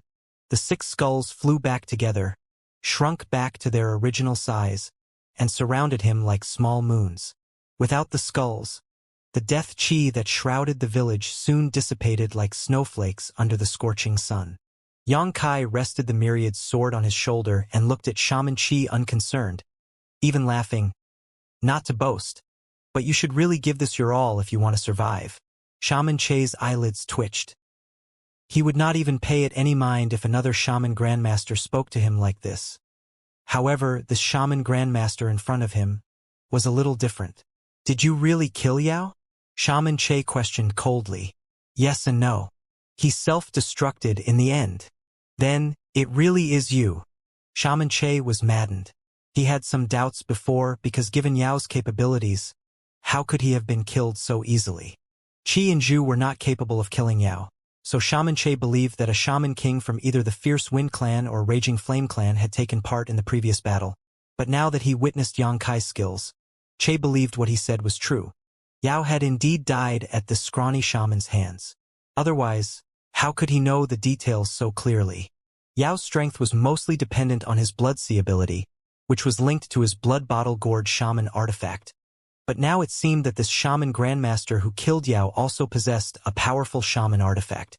If it was only an ordinary shaman artifact, how could it manage to harm his skull? However, he was still just a shaman grandmaster, so even if he had some skill, Shaman Che was confident that he couldn't escape death. "You will pay for your insolence." Shaman Chi bellowed and abruptly raised his hands, causing the 6 skulls to tremble before shooting towards Yang Kai. The skulls did not enlarge this time, and even though they were not as intimidating as before, they were undoubtedly more flexible and unpredictable. In an instant, the 6 skulls surrounded Yang Kai from all directions, opened their mouths, and breathed out a freezing cold aura. It seemed that this cold aura could freeze all things, and not even a shaman king could escape from it. Yang Kai tightened his grip on his sword and released a tremendous sword radiance to defend himself. After a moment of scraping noise, none of the 6 skulls' attacks seemed effective. They were all blocked by Yang Kai's sword chi, and the skulls wobbled unsteadily instead. Shaman Che did not panic though, because he had expected this to happen. The corners of his mouth curved into a scornful smile as he moved his lips quietly, whispering an incantation before flicking his fingers. A powerful shamanic spell was launched silently towards Yang Kai. Yang Kai, who was facing him from the side, seemed unprepared for it, and Shaman Che sneered in his heart, anticipating Yang Kai's inevitable death. A transparent shield spell strangely appeared at that moment, and at the same time, a semi-transparent evil spirit appeared and collided with it, letting out a miserable howl. Yang Kai did not even look at it and simply grinned. While fighting against the 6 skulls with the sword in his right hand, he cast a fireball as big as a washbasin with his left at the evil spirit. A despairing scream sounded as the shadowless and formless evil spirit was vaporized. Jaw dropped, Shaman Che looked at the scene in disbelief. How did this brat have the spare attention and strength to deal with his sneak attack? How could his divine sense be strong enough to notice and guard against his sneak attacks during this high-intensity battle? Shaman Che's face darkened as a sense of humiliation dawned on him. He was a shaman king, yet a shaman grandmaster actually managed to counter his spells? Enraged by shame, Shaman Che controlled the six skulls to keep exerting pressure on Yang Kai while waving his hands consistently to unleash one shamanic spell after another at Yang Kai. Just because this little brat could resist him once did not mean that he could resist every time. As long as he continued to distract himself, his shaman artifacts would eventually find a chance to kill this boy in one strike. However, Shaman Che was dumbstruck by the following scene. Under the continuous attacks of Shaman Che's shamanic spells, Yang Kai handled the situation without panicking. His left hand kept releasing shamanic spells of his own to respond to Shaman Che's attacks in an orderly fashion. For a moment, the two shamans engaged in a competition of shamanic spells mid-air. Although there was a great realm of difference between them, the shamanic spells that were released by the two enemies appeared equal in strength, whether it was in terms of casting speed or killing ability. Their shamanic spells constantly collided and cancelled each other out, causing numerous dazzling explosions across the sky. Perhaps at the beginning, Shaman Che could still feel that he had an upper hand, and his opponent would be flustered occasionally. However, as time passed, his opponent was getting more efficient in casting his shamanic spells, and the adjustment of his power also grew more and more refined. Damn it! This was just a small village that could not even be considered a subclan. Shaman Che had purged at least 80 such villages in his life and knew that it was already fortunate enough to have a shaman apprentice overseeing such a tiny place. But this village was actually guarded by a shaman grandmaster. What struck him more was that this shaman grandmaster could actually match with him in a duel of shamanic spells. How could he have mastered so many spells though? Shamanic spells of any clan could not be easily acquired and learnt. Every shaman basically could only learn the shamanic spells from their own clan that were passed on from generation to generation. As far as he knew, the shamanic spells of the South Barbarian clan were mediocre at best. It was already impressive for a shaman grandmaster to master 10 to 20 shamanic spells, and even if there were more shamanic spells, one would have no energy left to master them. Moreover, among these 10 to 20 shamanic spells, only a small handful could be used offensively, while the others were defense or auxiliary. As a low-rank shaman king himself, Che had only mastered about 50 kinds of shamanic spells, and there were only 27 of his shamanic spell that could be used for offense, all of which he was truly proficient in. Some mid-rank shaman kings did not even have such an achievement. However, this appeared insignificant when compared to this strange opponent. Within this short one-hour duel, Shaman Che saw Yang Kai cast at least 100 different shamanic spells effortlessly, each without repetition as if he had practiced them many times before. Many shamanic spells aroused his jealousy, because those shamanic spells were the unshared secrets of many other clans that only their shaman grandmasters could learn. Is this guy really a shaman grandmaster? From his appearance, he is definitely quite young, so where and when did he learn so many shamanic spells? How did he have time to master all of these to such a degree? Shaman Che would not have been so surprised if his opponent was an old man, as the elders were always capable of amazing and unexpected things, but his opponent actually looked no more than 20 to 30 years old. Shaman Che became more and more frightened as he fought, as he had the illusion that his opponent was the shaman king, while he was just a shaman grandmaster himself, because the performance of this shaman grandmaster truly astonished him. He could not wait to catch him now and bite off his flesh while he was still alive to savor the wonderful taste. Hong. During another exchange, two shamanic spells collided with each other, but they did not dispel each other like ordinary. On the contrary, Che's opponent's lightning strike charged at him unabated after breaking through his soul-collecting technique. The dancing lightning was like a venomous snake, opening its mouth and showing off its fangs. Shaman Che was appalled as his shamanic spell was actually broken through. In a hurry, he could only form a shield spell in front of him. After successfully stopping the lightning strike, Shaman Che's expression changed from fury to fear as he asked, "Are you using this shaman to train?" Recalling the previous scenes, Shaman Che suddenly had a bad feeling. If his guess was right, he would be in deep trouble. Yang Kai burst into laughter and pushed back the 6 skulls around him with the sword as he remarked, Many thanks for Sir Shaman King's help. Yang Kai had not had time to fully absorb the massive amount of knowledge he inherited from Senior Qing. But during this month's retreat, he had made some progress digesting this inheritance while cultivating. Nevertheless, closed-door cultivation was never a substitute for practical experience. Now that a Shaman King had come to him, Yang Kai definitely wanted to seize this opportunity to test the results of his cultivation during this 1 month. He was truly satisfied with the results. All kinds of ideas and thoughts he had during his retreat were verified today, and although there were some deviations from his expectations, that did not hurt him overall. After receiving verification from Yang Kai, Shaman Che's face turned even uglier. Being overwhelmed by a great sense of shame, he shouted, trembling in fury, "You court death!" It was definitely a wrong decision to have a shamanic spell duel with this boy, as he had actually been taken advantage of by the other party. The result of this was that the shamanic spells the scrawny shaman grandmaster used had grown significantly more powerful, leading to Che actually falling into a disadvantage. This shaman grandmaster was truly horrifying. He could actually grow rapidly in battle, and this speed of growth made Shaman Che uneasy. As such, he decided to stop playing around and instead end this quickly. As he bellowed, the 6 skulls that were lingering around Yang Kai suddenly flew back and returned to Shaman Che in the blink of an eye. With concentration, Shaman Che chanted an incantation and the 6 skulls revolved around him faster and faster, gradually turning into a green light. When the light dissipated, Shaman Che and the 6 skulls disappeared at the same time. Instead, the spot where they were was replaced by a monster. The ferocious-looking monster was about 5 meters tall and had a green face, scary fangs and disheveled hair that at first glance looked like a soul-reaping evil spirit.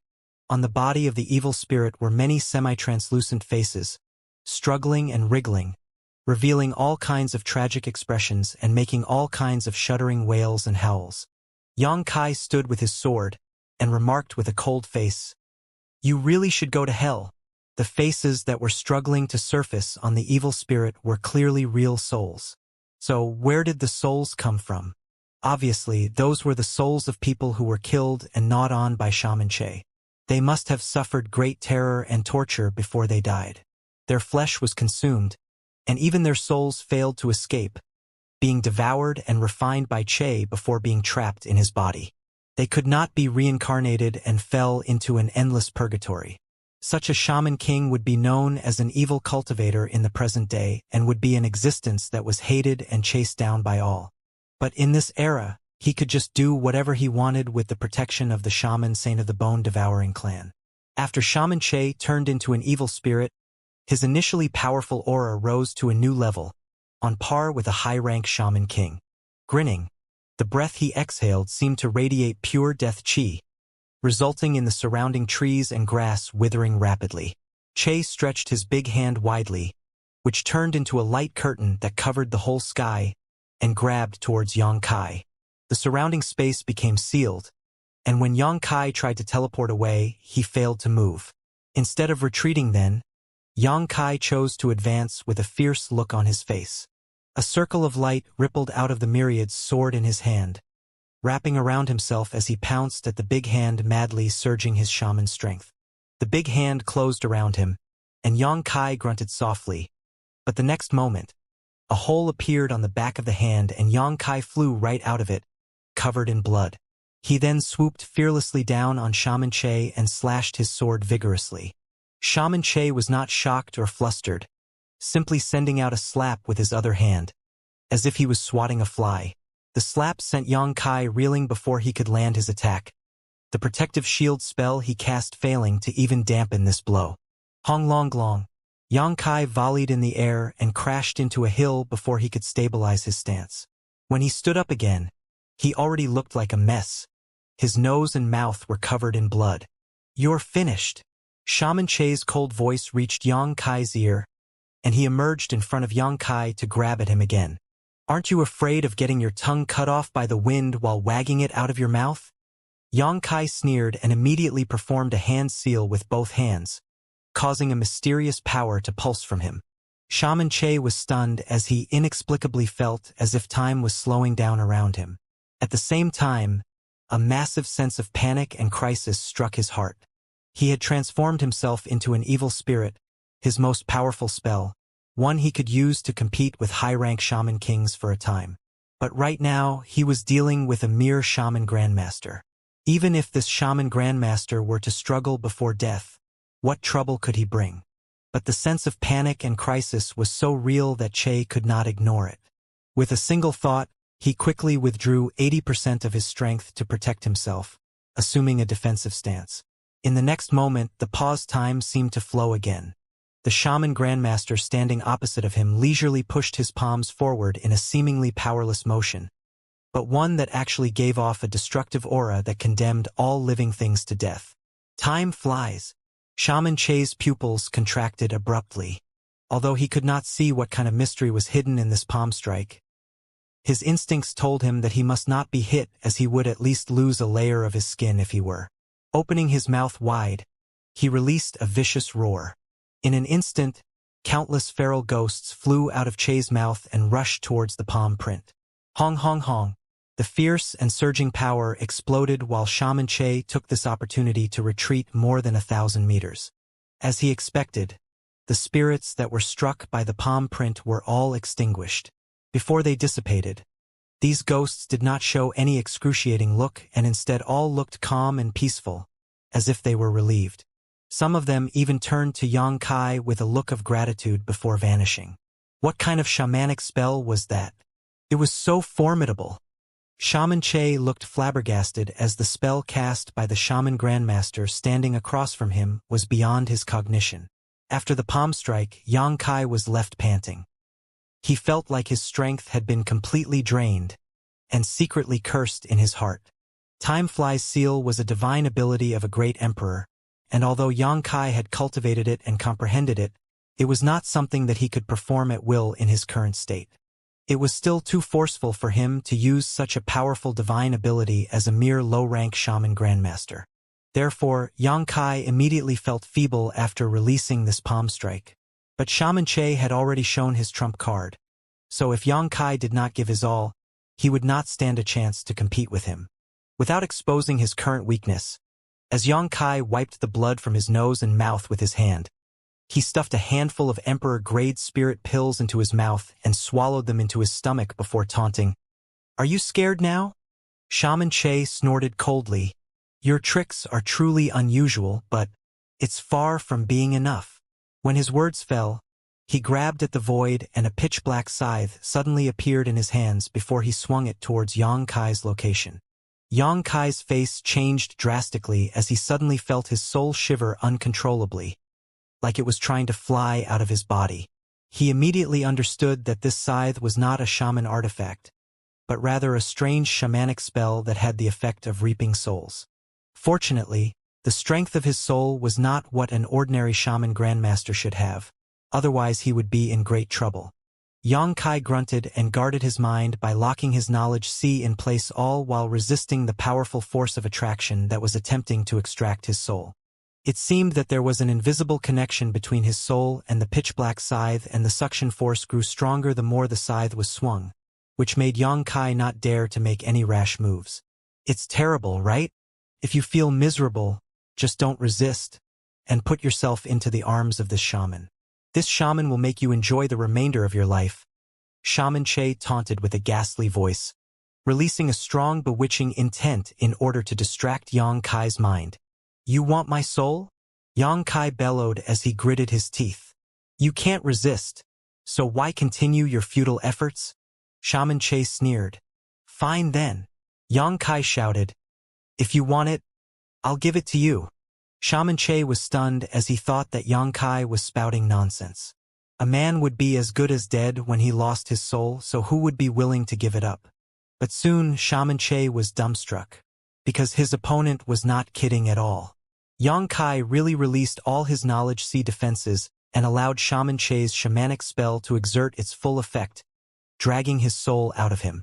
This taste, Shaman Che was amazed and immediately rejoiced. "Wonderful! How wonderful! This shaman can't wait to taste it." He never thought that the soul of this shaman grandmaster could be so vigorous and pure. Logically, such a soul should never appear on a shaman grandmaster, only possible on a high-rank shaman king. No, no, no. I have killed a high-rank shaman king before, but the soul of that high-rank shaman king was still not as marvelous as this. Like a cat eyeing its favorite fish, Shaman Che ogled with unblinking eyes and could not even help licking his lips. Then this shaman will accept it. Don't worry. Since you are so cooperative, this shaman won't make you suffer long. Shaman Che laughed out loud. As he swung the black scythe once more, pulling a dazzling light out of Yang Kai's forehead. It could be vaguely seen that the light was pure and bright without any impurities. Not only was the purity unimaginable, but it was also exceedingly vigorous too. Shaman Che's eyes lit up. Before, he could only smell the aura of Yang Kai's soul. But when he saw it with his own eyes now, he immediately knew that his judgment was right. It was truly an irresistible, delicious meal. Yang Kai, whose soul was dragged out of his body, fell from the air like a wooden stake. One could no longer control his own body without his soul. On the other side, the soul that was dragged out rapidly approached Shaman Che, but at the last moment, his face changed dramatically, all the joy and expectation giving way to overwhelming anger as he roared, "How dare you lie to me?" Yang Kai cackled. "Fool, since when did this young master lie to you? Didn't I offer myself to you? But whether you have the ability to consume me or not is not my problem." When the words fell, light burst from Yang Kai's soul avatar, and he transformed into the form of a glowing saber that shot towards Shaman Che. Shaman Che abruptly retreated. Although he had no idea what his opponent was trying to achieve by willingly exposing his own soul, this shaman grandmaster had performed incredible tricks before, so caution was warranted. The pitch-black scythe in Che's hand turned into a pure soul attack and slashed forward. The next moment, Shaman Che's face changed once more because his shamanic spell had no effect at all. His opponent's soul in the form of a saber cut through everything in its path like a hot knife through butter, and in the blink of an eye, it reached in front of Shaman Che. Blood drained from Shaman Che's face as he pushed his divine sense furiously, strictly protecting himself as he dared not to let his opponent approach another step. Nevertheless, he was stupefied by the result. His Shaman King divine sense failed to stop his opponent's saber, which easily penetrated his defenses. In the next instant, Che felt a sharp pain in his mind as the soul avatar broke into his knowledge sea together with the saber made of light. Shaman Che grunted.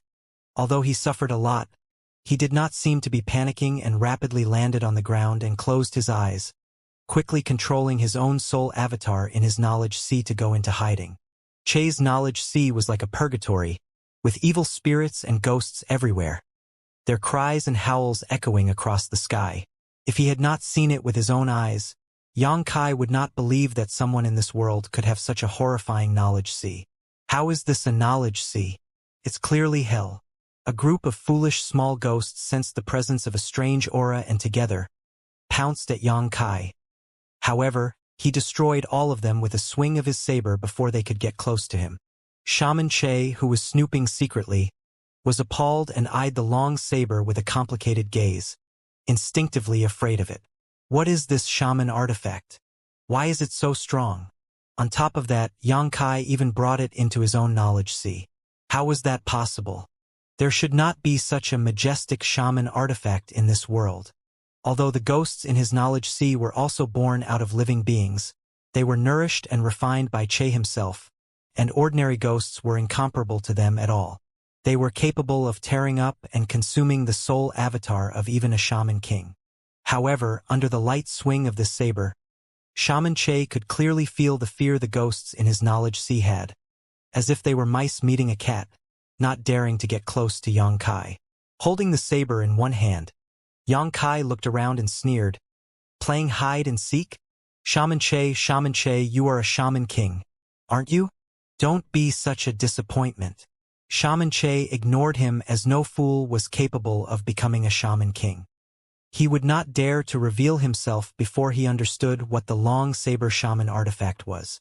As if he could see through Shaman Che's inner fears, Yang Kai raised the saber, flicked his wrist and declared, "This is the soul-splitting saber. It doesn't harm the physique, but is instead designed to wound the soul. Allowing this young master to enter your knowledge sea was your biggest mistake. So, now that you understand, Shaman Che, come out and accept your death. This young master will show you mercy and make it quick for you. Doesn't harm the physique, but instead damages the soul. Shaman Che did not want to believe such nonsense, but after what he witnessed, he had to admit that his opponent was right. This was definitely the most wicked shaman artifact he had ever seen. Good, good, good, you're not showing yourself, right? Then just continue hiding.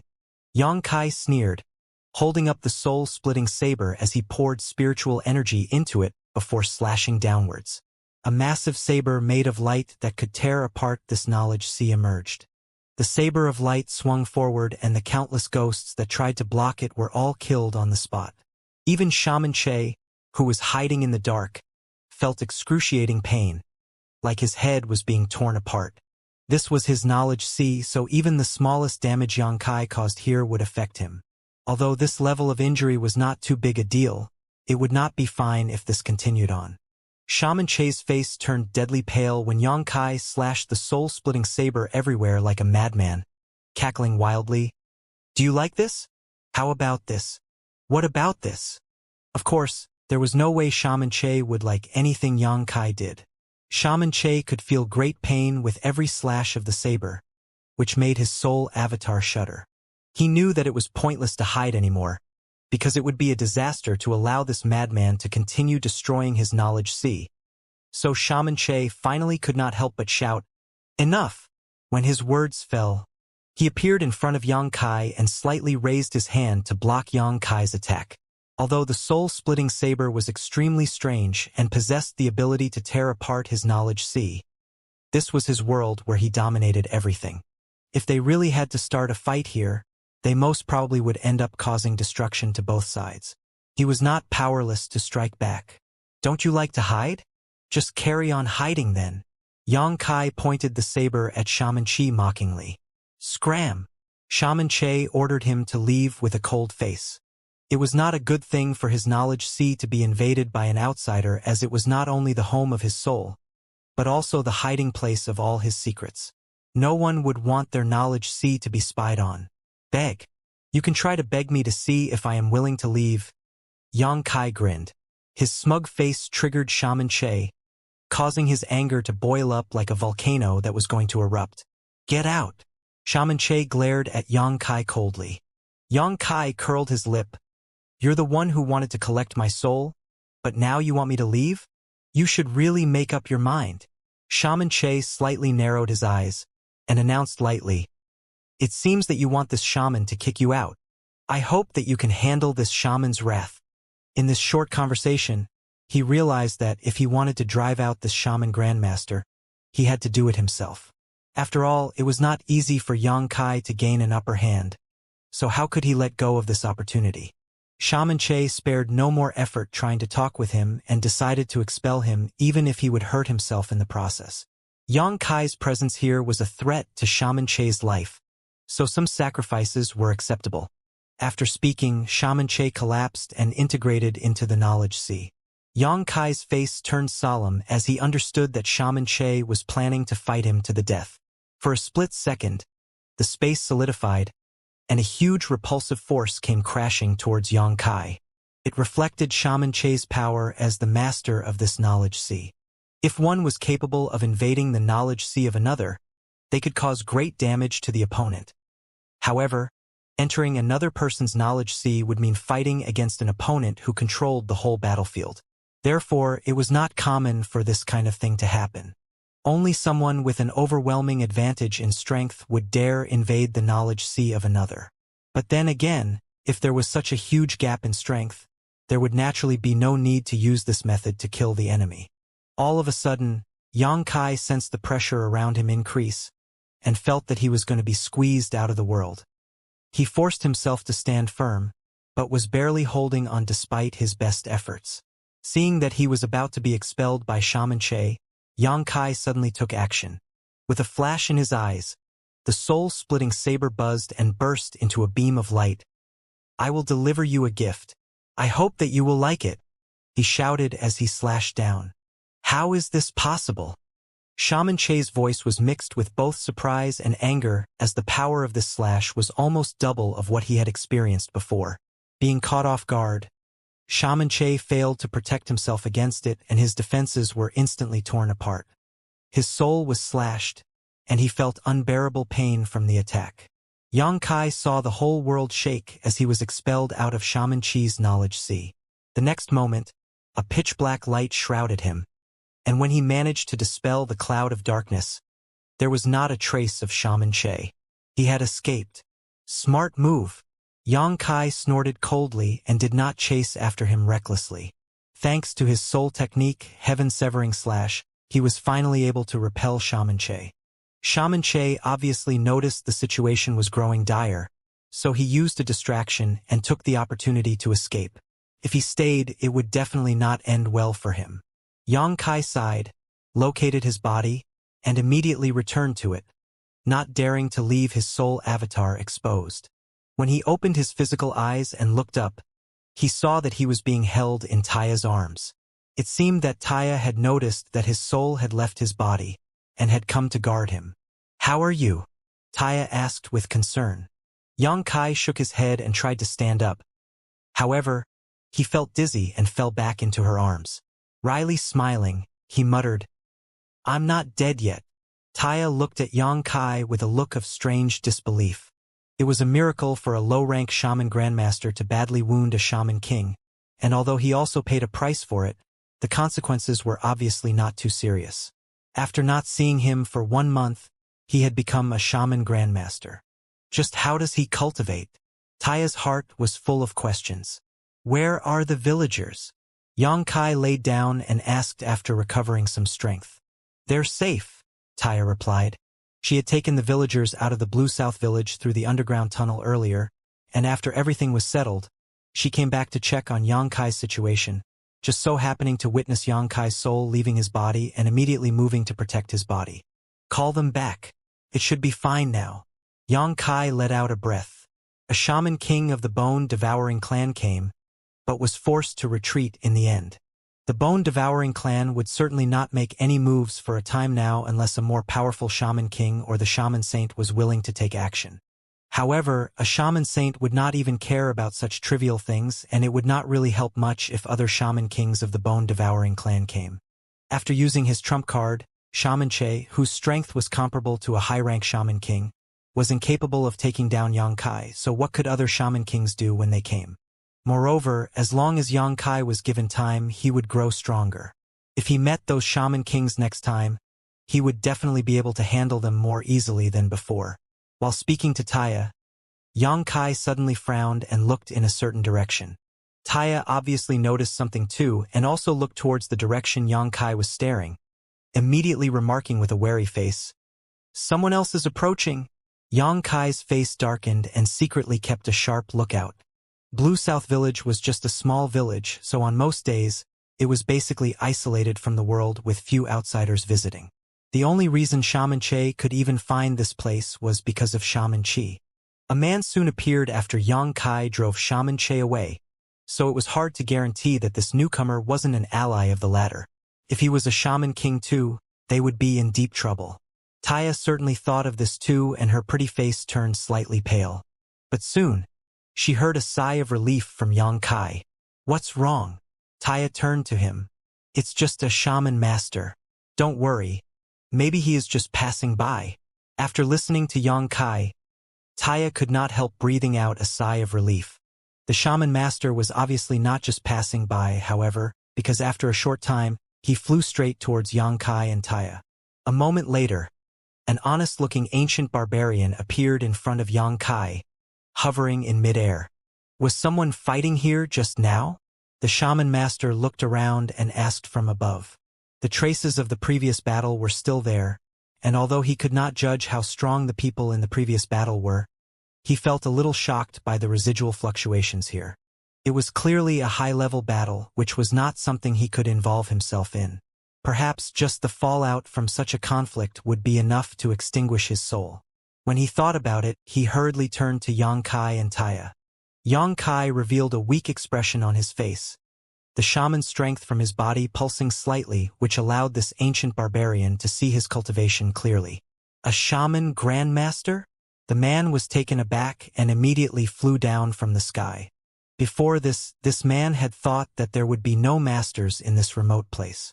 Therefore, he did not really care about showing a haughty attitude.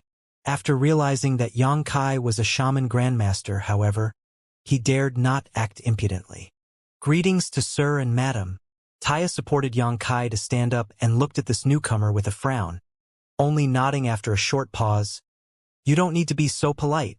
After hearing this, the shaman master straightened up and asked curiously, May I know which village sir and madam are from? He did not know who Xianxia and Taya were, but since they were shaman grandmasters, they must be people of great status. This was especially important to him, who was sent as a messenger of his clan to connect with their other smaller villages. He might not be familiar with all the masters of the surrounding clans, but he should at least know of them. Blue South Village, Xianxia answered. Ha! The shaman master was stunned, staring at Xianxia doubtfully, as if he could not believe his words. Blue South Village. Since when did Blue South Village have two shaman grandmasters? From what he remembered, the village chief of Blue South Village was just a trivial low-rank shaman apprentice. Therefore, Xianxia's words were a little unbelievable to him. But there was also no reason for a shaman grandmaster to lie. He then asked in a daze, Is sir from Blue South Village? That's right. Xianxia looked at him. What's the matter? Then where is Shaman Li? Shaman Li was the name of the village chief, so when he asked, Xianxia immediately understood that this man knew the village chief and he probably was here for the village chief too. Xianxia's face slightly darkened as he replied, The village chief is not here anymore. From now on, this shaman is the village chief. Shaman Li?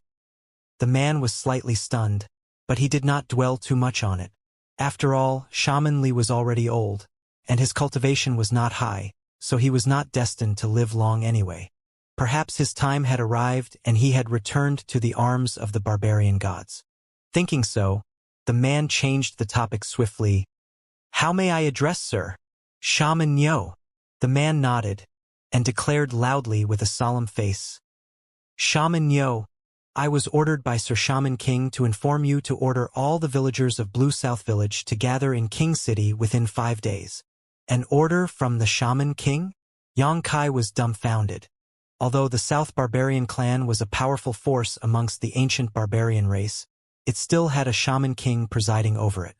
As far as Xianxia knew, this Shaman King was a high-rank Shaman King, and with his protection, King City held the same position as the Frost and Snow City of Frost and Snow Clan. All the small villages and village chiefs of the South Barbarian clan lived under the jurisdiction of King City, with the Shaman King having absolute authority over these small villages. Xianxia sensed something unusual about this sudden order and vaguely felt that big things were about to happen. Yes, it is a direct order from Sir Shaman King. The man replied solemnly. At first, I came here to inform Shaman Li, but since you are the village chief of Blue South Village now, telling you would be the same. Xianxia slightly narrowed his eyes as he asked, Is there a clan at war with us? During the ancient times, it was common for the ancient barbarian race to fight amongst themselves in order to compete for the land and for their own clan's interests. Moreover, once this happened, all personnel and troops would be included. No one could avoid this draft.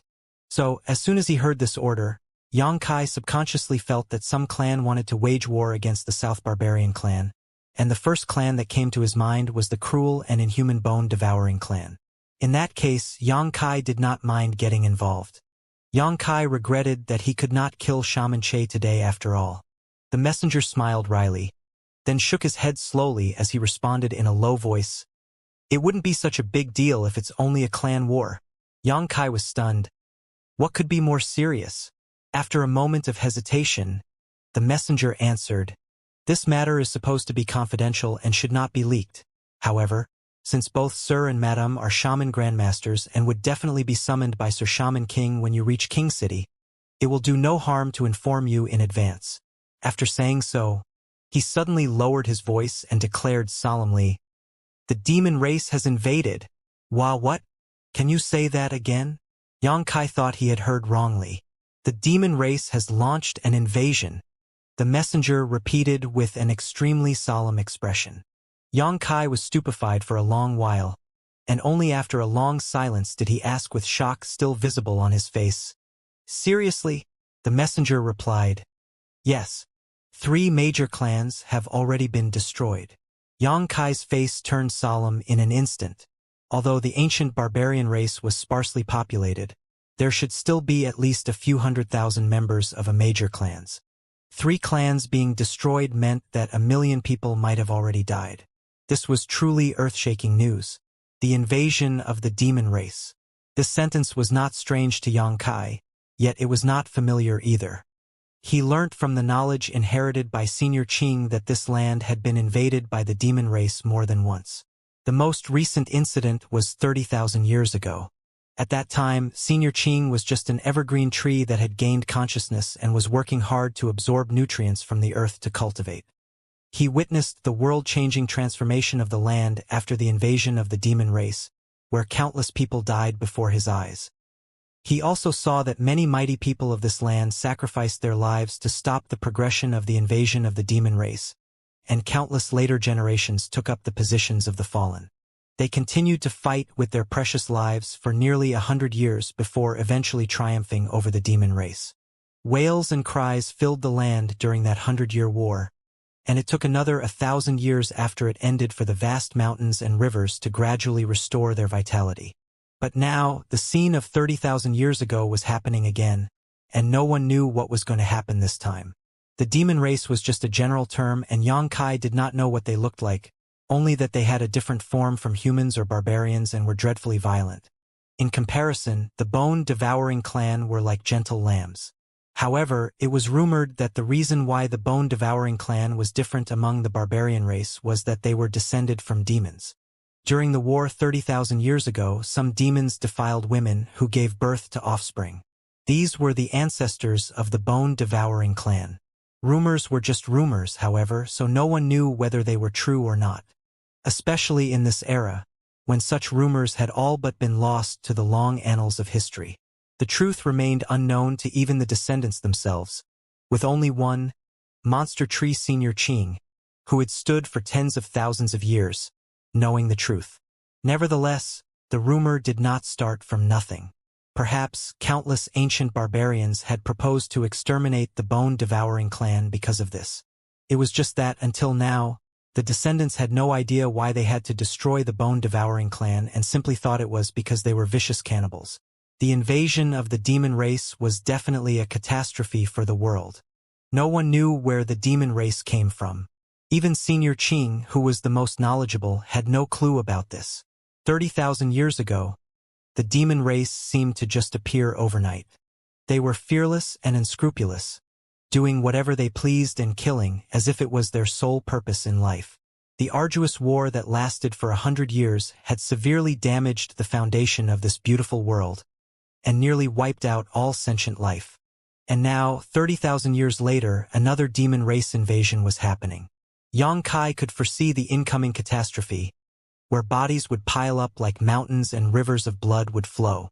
The grudges between him and bone-devouring clan were nothing compared to this. Sir? Seeing that Xianxia was lost in thought, the messenger called him several times while smiling helplessly. Xianxia took a deep breath and replied, "Within 5 days, I will take the villagers of Blue South Village to King City." The messenger was overjoyed and saluted with a fist over his chest. "Many thanks, sir. I have to inform the other surrounding villages, so I will leave first." Xianxia nodded and did not try to keep him. After seeing him off, he turned to Taya and asked, "How much do you know about the demon race?" Taya replied, "I don't know anything. What do you know?" Thinking about it, she was only a teenager, so even if she was raised by Senior Qing, she couldn't know too much. After all, why would Senior Qing tell her about the demon race when it was basically irrelevant history? Rest in the village for today. Tomorrow you will be returning to Senior Qing. After delivering this order, Xianxia turned around and walked towards the village. The demon race invasion would cause a huge wave that consumed the entire world. If there was still a peaceful land in the world, it would be the Frost and Snow City that was guarded by Senior Qing. It was perhaps the last safe haven. Are you trying to drive me away?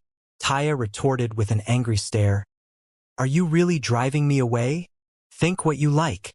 Yang Kai did not bother to pay attention to her. By the way, gather Hu and the others here. I have something to say to them. Taya stomped her feet angrily and left with her teeth clenched. After a while, the villagers returned to the village and were delighted to see that Anyo was safe, though his face was pale. But not long after they were relieved, Yang Kai announced solemnly, "Everyone listen. A messenger from King City has just informed me that the demon race has begun an invasion. 3 clans of our barbarian race have been destroyed already, and Sir Shaman King has ordered all the villagers of our Blue South village to gather in King City within 5 days to wait for orders." As soon as he made the announcement, the 200 villagers fell silent. What is the demon race? Ahu questioned. Everyone wanted to know too, because they had never heard this term before. Yang Kai answered, I don't really know much about the demon race. I only know that they are an enemy that are 100, or even 1,000 times more violent than the bone-devouring clan.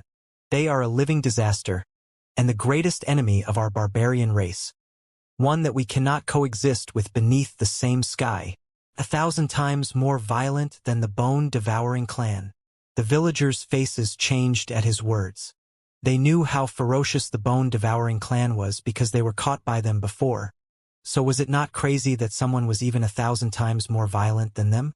Although it was the order from King City, I won't insist that you come. I will be departing for King City tomorrow, so whoever wants to join me, I will bring you with me tomorrow. For those who don't, just stay in the village. Yang Kai's voice was not loud, but it resounded strongly in everyone's ears. I will not lie to you. This will be very dangerous, and chances are those who come will not come back. Think carefully before you decide. After his speech, Yang Kai didn't wait for the villagers to respond before going straight to his house and stuffing a handful of healing pills into his mouth. Although the battle with Shaman Che was dangerous, his injuries weren't too severe. It should not be a problem after recuperating overnight. Moreover, he benefited a lot from this high-intensity battle. If this kind of battle was repeated several times, it would be much more effective than him cultivating in retreat. He readily accepted the order of King City because he intended to meet the so-called demon race in battle to enhance his own growth. The next day, when Yang Kai walked out of his wooden house, 200 pairs of eyes fixed on him simultaneously. All the men, women, young, and old villagers were gathered here.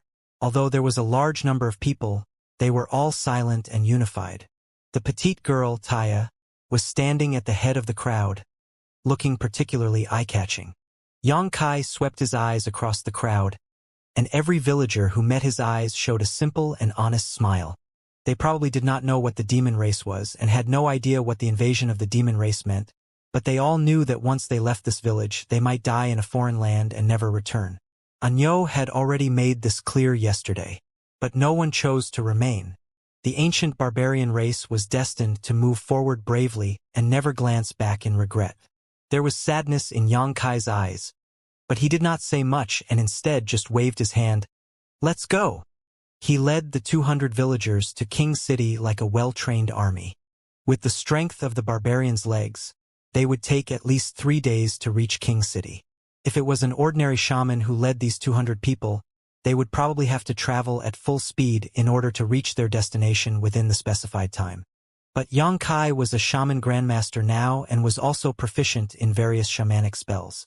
With the application of the light body spell, the movement speed of the villagers immediately increased by about 30%. Although they were fast, everyone was calm and moved in an orderly fashion. After 2 days, Yang Kai had led the villagers to King City, and his group of 200 people had expanded to 1,000 people. It was because they met several groups from other villages along the journey. There were shamans in those villages too, but they were incomparable to a shaman grandmaster like Yang Kai. Among them, the strongest one was just a high-rank shaman apprentice, while the rest were just low-rank and mid-rank shaman apprentices. The strength of these villages was almost the same as that of Blue South Village when the old village chief shaman Li was still alive. The barbarian race had a custom of revering strength, and since all of them were South barbarian clansmen, and Xianxia was a shaman grandmaster, these villages naturally accepted him as their leader. After witnessing Xianxia's shamanic spells that could completely bless an army of 1,000 people, the shaman apprentices respected him even more. These villages had some contact with each other, so they were quite familiar with each other, and after gathering together they soon became one unified group. After this war, if these 1,000 people were not killed, Xianxia could even establish a small independent clan with his strength and prestige. 1,000 troops stood in front of King City. Looking from a distance, the structure of King City was no worse than that of Frost and Snow City, the only difference being that Frost and Snow City had the evergreen divine tree guarding it, while the South Barbarian clan had no such guardian deity. Many ancient barbarians gathered in an open area outside King City in groups of hundreds to thousands. Each group had a shaman in it, and their strengths varied greatly. Obviously, they all came after receiving orders from King City. It was impossible for all of them to enter King City itself though, as there were too many of them arriving at once. King City did not have enough space to house them. Therefore, everyone could only wait outside, sleeping and eating in the open area. But such a lifestyle was nothing to the ancient barbarian race. Xianxia and his people arrived neither too late nor too early. The places near King City had been occupied by other villages. So Xianxia scanned over the region with his divine sense and then led his group to an average-sized space that he found. Upon arriving at this place without any further instructions, the team of 1,000 people got to work. Some took out their rations and some started fires while preparing to cook. Everyone was working efficiently. Just then, a shaman master flew out of King City and shouted while flying through the sky, "Sir Shaman King has ordered all shaman grandmasters to gather inside King City." He shouted several times, attracting everyone's attention. Immediately, a shaman grandmaster flew out of the crowd and straight into King City. As if a chain reaction was triggered after someone took the initiative, shaman grandmasters flew out from the crowd one after another, like swallows flying into the arms of King City. Xianxia glanced at them, then looked back and instructed, "I'll go over. You should stand watch over here." Taya nodded lightly. Although she was also a shaman grandmaster, she belonged to the nomad clan, so it was inconvenient for her to appear on this kind of occasion. King City was huge, but although Xianxia had set out later, he still arrived earlier than most. Like the other shaman grandmasters, he landed in front of a palace of King City and waited quietly. Many had gathered here as, due to the invasion of the demon race, the entire South Barbarian clan had been assembled by the order of the Shaman King. As such, shaman grandmasters who were rarely seen were now like cabbages and radish in this square. Xianxia investigated with his divine sense and found that there were at least 100 shaman grandmasters assembled here, and this was definitely not all of them, as there should be more still on the way here, having failed to reach King City in time. The shaman grandmasters dared not to intrude into the Shaman King's palace rashly after being summoned and could only wait outside. Those shaman grandmasters who knew each other gathered together in groups to discuss the situation of the invasion of the demon race in hushed whispers. They had obviously gotten some information from the messenger too, but no one knew what the demon race was. Therefore, the more they discussed, the more confused they got. Nevertheless, such a grand summons from King City had made everyone feel a little uneasy. Everyone knew that the battle this time around was probably going to be unprecedented. Just when Xianxia was feeling bored, a dark burly shadow suddenly appeared and shaded him like a mountain. Xianxia turned around and saw a wide and strong chest covered in black hair. "Are you also from our South Barbarian clan?" The master of the dark shadow looked down at Xianxia and asked in a rumbling voice. The sound of discussion around them abruptly softened a lot as many shaman grandmasters turned their eyes to them, watching with great interest. Previously, when everyone gathered here, many had looked at Xianxia curiously. After all, his body shape seemed a little different from theirs and was quite out of place, like a goat appearing among a group of tigers. It was hard for such a weird person to not attract attention. There were very few clansmen with this kind of body in the ancient barbarian race. Even Shaman Li, the former village chief of Blue South Village, who was quite old, still had a burly physique similar to the one he possessed in his younger years. Nevertheless, Xianxia did exude an aura of a shaman grandmaster, so even if the others were curious, they did not care too much until someone questioned Xianxia face to face. Ever since he came to this ancient world, it had become a habit for Xianxia to look up while talking to people, as if everyone wanted him to look up to them, which made him feel quite uncomfortable. This time, however, he simply stared at the man's black hairy chest and nodded. Ha! The man laughed. Little brat, I'm talking to you. Look up at me. My neck is sore. How about you squat down and talk to me? Xianxia shook his head and replied casually. The burly shaman grandmaster's aura abruptly became cold as someone nearby laughed at him. Shaman too. This guy is underestimating you. Teach him an unforgettable lesson quickly. The ancient barbarian race were basically all hot-tempered, so it was natural for fights to break out. Everyone felt bored standing here doing nothing anyways, so they were looking forward to some excitement to kill some time. All of a sudden, everyone's attention focused on them, anticipating a good show. I don't need you to tell me. Shaman 2 turned to bellow at the person who spoke to him, then turned back to Xianxia and snorted coldly. What? Are you afraid of looking at me? Xianxia continued to stare at the bundle of black hair on this man's chest and remarked, I prefer others to talk to me with their heads down. Shaman 2 was stunned, but soon he understood what Xianxia meant and retorted angrily, Little brat, are you looking for a fight? Just when he finished the sentence, he threw his plate-sized fist at Xianxia. Instead of being shocked, the onlookers were all overjoyed. Some of them even whistled, looking extremely excited. The ancient barbarian race was known for its combative nature, and moreover, everyone here was a shaman grandmaster, so this punch would not be lethal. At most, this scrawny man would bleed a bit, and seeing blood in a fight had always been the barbarian's favorite pastime. Xianxia remained unmoved, however, as if he did not realize his opponent was attacking him, the wind of the punch whistling as it approached him, sending his hair flying. At the last moment, the palace doors that had been closed the whole time suddenly opened and a barbarian warrior with a steel blade hanging on his waist came out from inside and bellowed, Sir Shaman King asks all of you to enter. The huge fist stopped abruptly less than a finger's width from Xianxia's head. Shaman 2's face contorted with anger, and it took great effort to suppress his wish to push his fist forward. You got lucky. If you dare to do this again next time, it won't be just a simple lesson, he remarked as he withdrew his hand. After that, he turned around and left. He dared not ignore the Shaman King's order. Although he could have let his punch continue, his loss would outweigh his gain if his action offended the Shaman King. Even though the ancient barbarian race was simple-minded, they weren't stupid. They clearly knew how to weigh profits and losses. The group of more than 100 shaman grandmasters walked towards the hall orderly and quietly, the whispering and discussion from before ceasing entirely. Xianxia was the last in line, and he intentionally shot a glance at the barbarian warrior as he walked by. He could feel the insanely vigorous vitality coming from this barbarian warrior's body. Ahu and the others were nothing compared to him. Xianxia vaguely felt that this barbarian warrior was someone that he should not mess with. Even an ordinary shaman grandmaster may not have a good end even after opposing such a man. But Xianxia did not notice any fluctuation of shaman strength from this warrior, which meant that he was purely a body cultivator.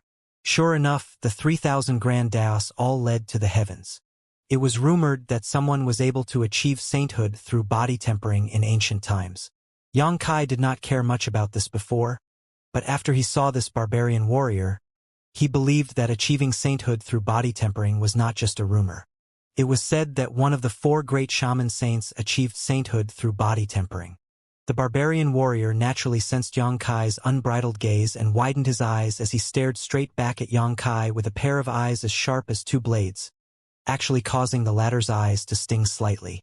Xianxia smiled lightly and nodded as he passed by. The barbarian warrior stared at his back for a long time before retracting his gaze and laughing softly. Interesting! Although he was not a shaman, he had tempered his body to an extreme degree, and as the guard captain of King City, his strength was not weaker than that of a high-rank shaman grandmaster. Compared to a shaman grandmaster, what he lacked was just shamanic spells that were used to bless his clansmen. If they had to fight, none of the shaman grandmasters here could be his opponent. However, this extremely scrawny shaman grandmaster actually sparked his fighting spirit. Those who could ignite a desire to fight were powerful opponents who could not be one-sidedly crushed. This was evident when Xianxia actually looked into his eyes calmly. Although there was no blessing of a shamanic spell in his stare, it was the same moment when his fighting spirit burst forth. It was impossible for any shaman grandmaster to withstand this kind of pressure, but Xianxia did it without any difficulty. What an interesting shaman grandmaster. His physique looks weak and small, but there is unimaginable power hidden inside of it. That shaman too should thank me, if not for my timely appearance. He wouldn't have been able to avoid a great public humiliation. Inside the main hall, a man whose aura was as deep as the sea stood there quietly, hands behind his back, waiting silently for everyone's arrival. Even after the 100 shamans entered the hall, it was some time before this man turned around, his brow furrowed, seemingly worried about something. He lifted his head to look at the crowd and introduced himself loudly. This king is Shaman Dang, the 6th shaman king of the South Barbarian clan. Some of you may know me already, some may have only heard of me, while others have no idea who I am, but it doesn't matter, because starting today, we will often need to meet each other. Greetings, Sir Shaman King. Everyone placed a fist over their chest and bowed in salute. Xianxia was there too, his eyes flickering slightly. The 6th shaman king, in other words, among the shaman kings of the South Barbarian clan, this man was ranked 6th in terms of strength. Furthermore, it was unknown how many shaman kings were under him. Xianxia only knew that the South Barbarian clan lacked a shaman saint. There were only 4 shaman saints in the entire ancient barbarian race, who each commanded the 4 largest clans respectively. Among the South Barbarian clan, the most powerful shaman king was a high-rank shaman king, but Xianxia did not know his name. Most of his knowledge of the South Barbarian clan was taught by the village chief, and as a low-rank shaman apprentice, the information that the village chief had was obviously limited. I believe everyone knows the reason for my summons. It's because of the invasion of the demon race, which has already exterminated 3 clans. Shaman Dang's voice was deep and low, but it clearly reached everyone's ears. When he stated that the 3 clans had been exterminated, the faces of the 100 shaman grandmasters turned solemn. Each of these 3 clans was not weaker than the South Barbarian clan and were overseen by at least 1 high-rank shaman king and up to 200 shaman grandmasters, with thousands to tens of thousands other shamans, but they were still exterminated. In other words, if the South Barbarian clan encountered this kind of enemy, their ending would be the same. This matter was not only about the 3 destroyed clans, but about the whole ancient barbarian race. However, that news is already outdated. Shaman Dang's words seemed to raise thousands of ripples, and when the people looked at him bewildered, he continued. During the few days that we took to gather, the Billowing clan was also exterminated. What? Really? Even the Billowing clan was destroyed. It is said that the first shaman king of Billowing clan was the most likely to break through to become the 5th shaman saint within 100 years. What happened to him? All the shaman grandmasters exclaimed one after another, and their faces turned ugly. However, they could not be blamed, because the overall strength of the Billowing clan was stronger than most of the clans of the ancient barbarian race, only inferior to the 4 top clans. The news of the extermination of the Billowing clan came too suddenly, and it was natural for them to be appalled. Shaman Dang continued in a deep voice. The Billowing clan had no survivors. Not a single one. The hall was so silent that even a needle could be heard if it fell to the ground. No survivors, which meant everyone died, including the powerful shaman king who was the most likely to become a shaman saint. War was near, and everyone's confidence was shaken when they heard this news. Given that the demon race had destroyed the Billowing clan, how horrifying could they be? Who could resist them? Shaman Dang seemed to see through their thoughts and pressed on. The 4 shaman saints have started moving, and I believe their strength will be enough to cause significant damage to the demon race. But this war involves our entire barbarian race. Although the shaman saints are strong, we cannot place all the burden on them. All barbarians must do their part. which is why King City urgently summoned all clansmen here. Everyone was relieved at the news that the 4 great shaman saints were taking action. Shaman saints were the strongest existences in this world, and with their help, the invasion of the demon race could be restrained. However, Shaman Dang was right, this was a war involving the whole barbarian race. No one could avoid their responsibility. Although the shaman saints were powerful, in the end, there were only 4 of them. I believe that you might want to ask me what the demon race is, where they come from, and why they want to destroy our barbarian clans. Shaman Dang swept his eyes across the audience and continued in a deep voice. This king wishes to tell you too, but he doesn't know much about these things. Nevertheless, just remember that the demon race is the sworn enemy of our barbarian race, and there is no way for us to live under the same sky. As long as there is a single barbarian still standing and drawing breath, the demon race will not be allowed to contaminate this land. The morale of the shaman grandmasters was greatly inspired by his words. They looked excited and were ready to fight to the death, as if they could not wait to fly to the battlefield, stain the blue sky bloody red, and use their lives to push back the invasion of the demon race. Yang Kai observed them indifferently, thinking that the ancient barbarian race was indeed simple-minded. There was not the slightest bewitchment in Shaman Dang's words. They were just a simple declaration, but that was enough to resonate with these shaman grandmasters. If Shaman Dang had added some bewitchment to his words, perhaps it would have been even more effective. Sir, what do we do now? Yes, sir. Are we going to the battlefield now? I can't wait to see the power of the demon race. Ha ha ha ha. I hope the demon race won't wet their pants when they see this shaman. The group of shaman grandmasters started shouting and did not put the demon race that already destroyed 4 clans in their eyes. Seeing this, Shaman Dang smiled lightly. All of you will have the opportunity, and I hope you will remember what you said here today. However, he suddenly turned solemn as he pressed on. It is not the time yet. We have to wait for news from the shaman saints. Moreover, our South Barbarian clan has not fully assembled yet. There are still many clansmen on their way here. If we are given more time, our South Barbarian clan will definitely fare better. However, time does not wait for us. Your job now is simple. Help me organize the clansmen of the South Barbarian clan. Each of you will recruit 2,000 to 3,000 clansmen. Train them, and make them listen to your orders. There were hundreds of thousands of clansmen in the whole South Barbarian clan.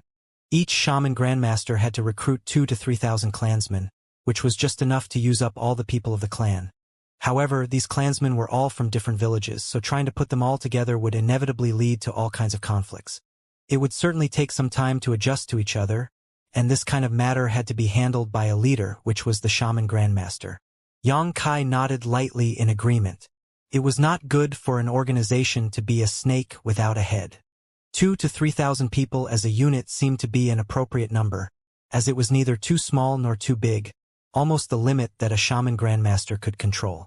There were about 1,000 people under his lead now, so according to Shaman Dang, he would still have to recruit at least another 1,000 people. However, that was a simple task. All the clansmen would cooperate under the order of the Shaman King, and villagers without a powerful shaman leader would definitely need to join a strong force. But this matter needed consensus from both sides. There were many shaman grandmasters gathered in King City now, so if he wanted to attract those scattered warriors to join him, he would need to show his capability first. No one would want to follow an incapable shaman grandmaster. Considering all this, Yang Kai swiftly came up with a plan.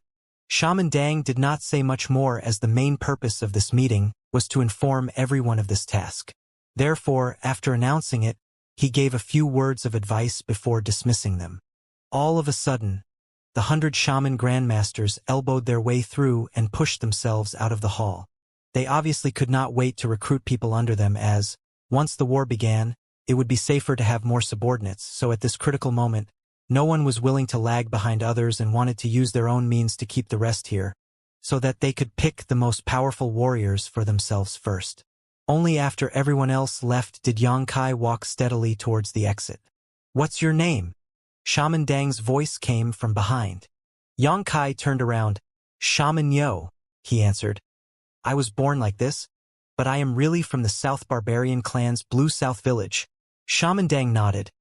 It doesn't matter if your body is small or big. You're a shaman grandmaster nonetheless. If anyone doubts you next time, just tell them my name. Yang Kai was stunned, clueless as to why Shaman Dang concerned himself with this trivial matter. But he still replied with a nod. Many thanks, sir. Go! Shaman Dang waved his hand. Then Yang Kai walked out of the hall. A moment later, the guard captain who stared at Yang Kai before came in and looked at Shaman Dang curiously. Shaman Dang questioned, What do you want to ask? The guard captain asked, Sir, is there anything special about that man? He had obviously heard the conversation just now, so he did not understand why Sir Shaman King stopped Yang Kai intentionally to talk to him. Shaman Dang pondered for a moment before replying, Special. Of course he is very special. That's a shaman grandmaster who is favored by the barbarian god. The guard captain frowned. Isn't anyone who can become a shaman is favored by the barbarian god? Shaman Dang smiled lightly. He is different. Before the winter last year, he was just an ordinary person, or even worse than an ordinary person. What? The guard captain was dumbfounded. Sir, are you sure? A man, who was still an ordinary person last winter, managed to become a shaman grandmaster? How was that possible? Shaman Dang replied, When I was still a shaman grandmaster, I once guided a young man named Shaman Li in cultivation for a while, and that Shaman Li was the previous village chief of Blue South Village. Shaman Li, the old village chief, had taken good care of Yang Kai and witnessed his astonishing rise. So he knew that a small place like Blue South Village could not provide a nurturing environment for the latter, a shaman who had a promising future. Therefore, he wrote a letter last winter and delivered it to King City by Eagle, asking King City for permission to allow Yang Kai to continue his cultivation there. At that time, the letter was written to Shaman Dang. After all, the two had a master-disciple relationship. Although they had not been in touch for a long time, the old village chief believed that Shaman Dang would not refuse, given the aptitude and talent of Anyo. If the bone-devouring clan did not invade their village, Yang Kai would have gone to King City after winter under the arrangement of the village chief. Unfortunately, the village chief died due to the bone-devouring clan's attack, and he did not even have the time to pass down his last will. In fact, Shaman Dang was also very interested in the man mentioned in the letter by village chief Li, but the invasion of the demon race had caused him a lot of worries and he had no time to deal with this matter until he saw Yang Kai in the hall. He vaguely felt that he was somewhat similar to the man described by Shaman Li in the letter, which prompted him to ask about Yang Kai purposely. Without any surprise, the weak-looking shaman was indeed Shaman Yo from Blue South Village. What's more, he was already a shaman grandmaster. Shaman Li mentioned in the letter that Shaman Yo was just a low-rank shaman warrior before winter. However, the latter actually managed to become a shaman grandmaster after one season. Was this a miracle from the barbarian gods? At this crucial moment, with the invasion of the demon race, did the barbarian gods deem to grant their blessings to the barbarian race in this way? Suddenly, Wu Dang recalled a saying he had once heard before. With the fall of every catastrophe, a savior will rise. King City was packed with people, everyone jostling each other in the crowd. It was no worse than any modern city Yang Kai had been to before. He did not rush back to gather his people like the other shaman grandmasters though, and instead wandered around King City alone. Not long after, he went directly into a shop and negotiated something with the shop owner.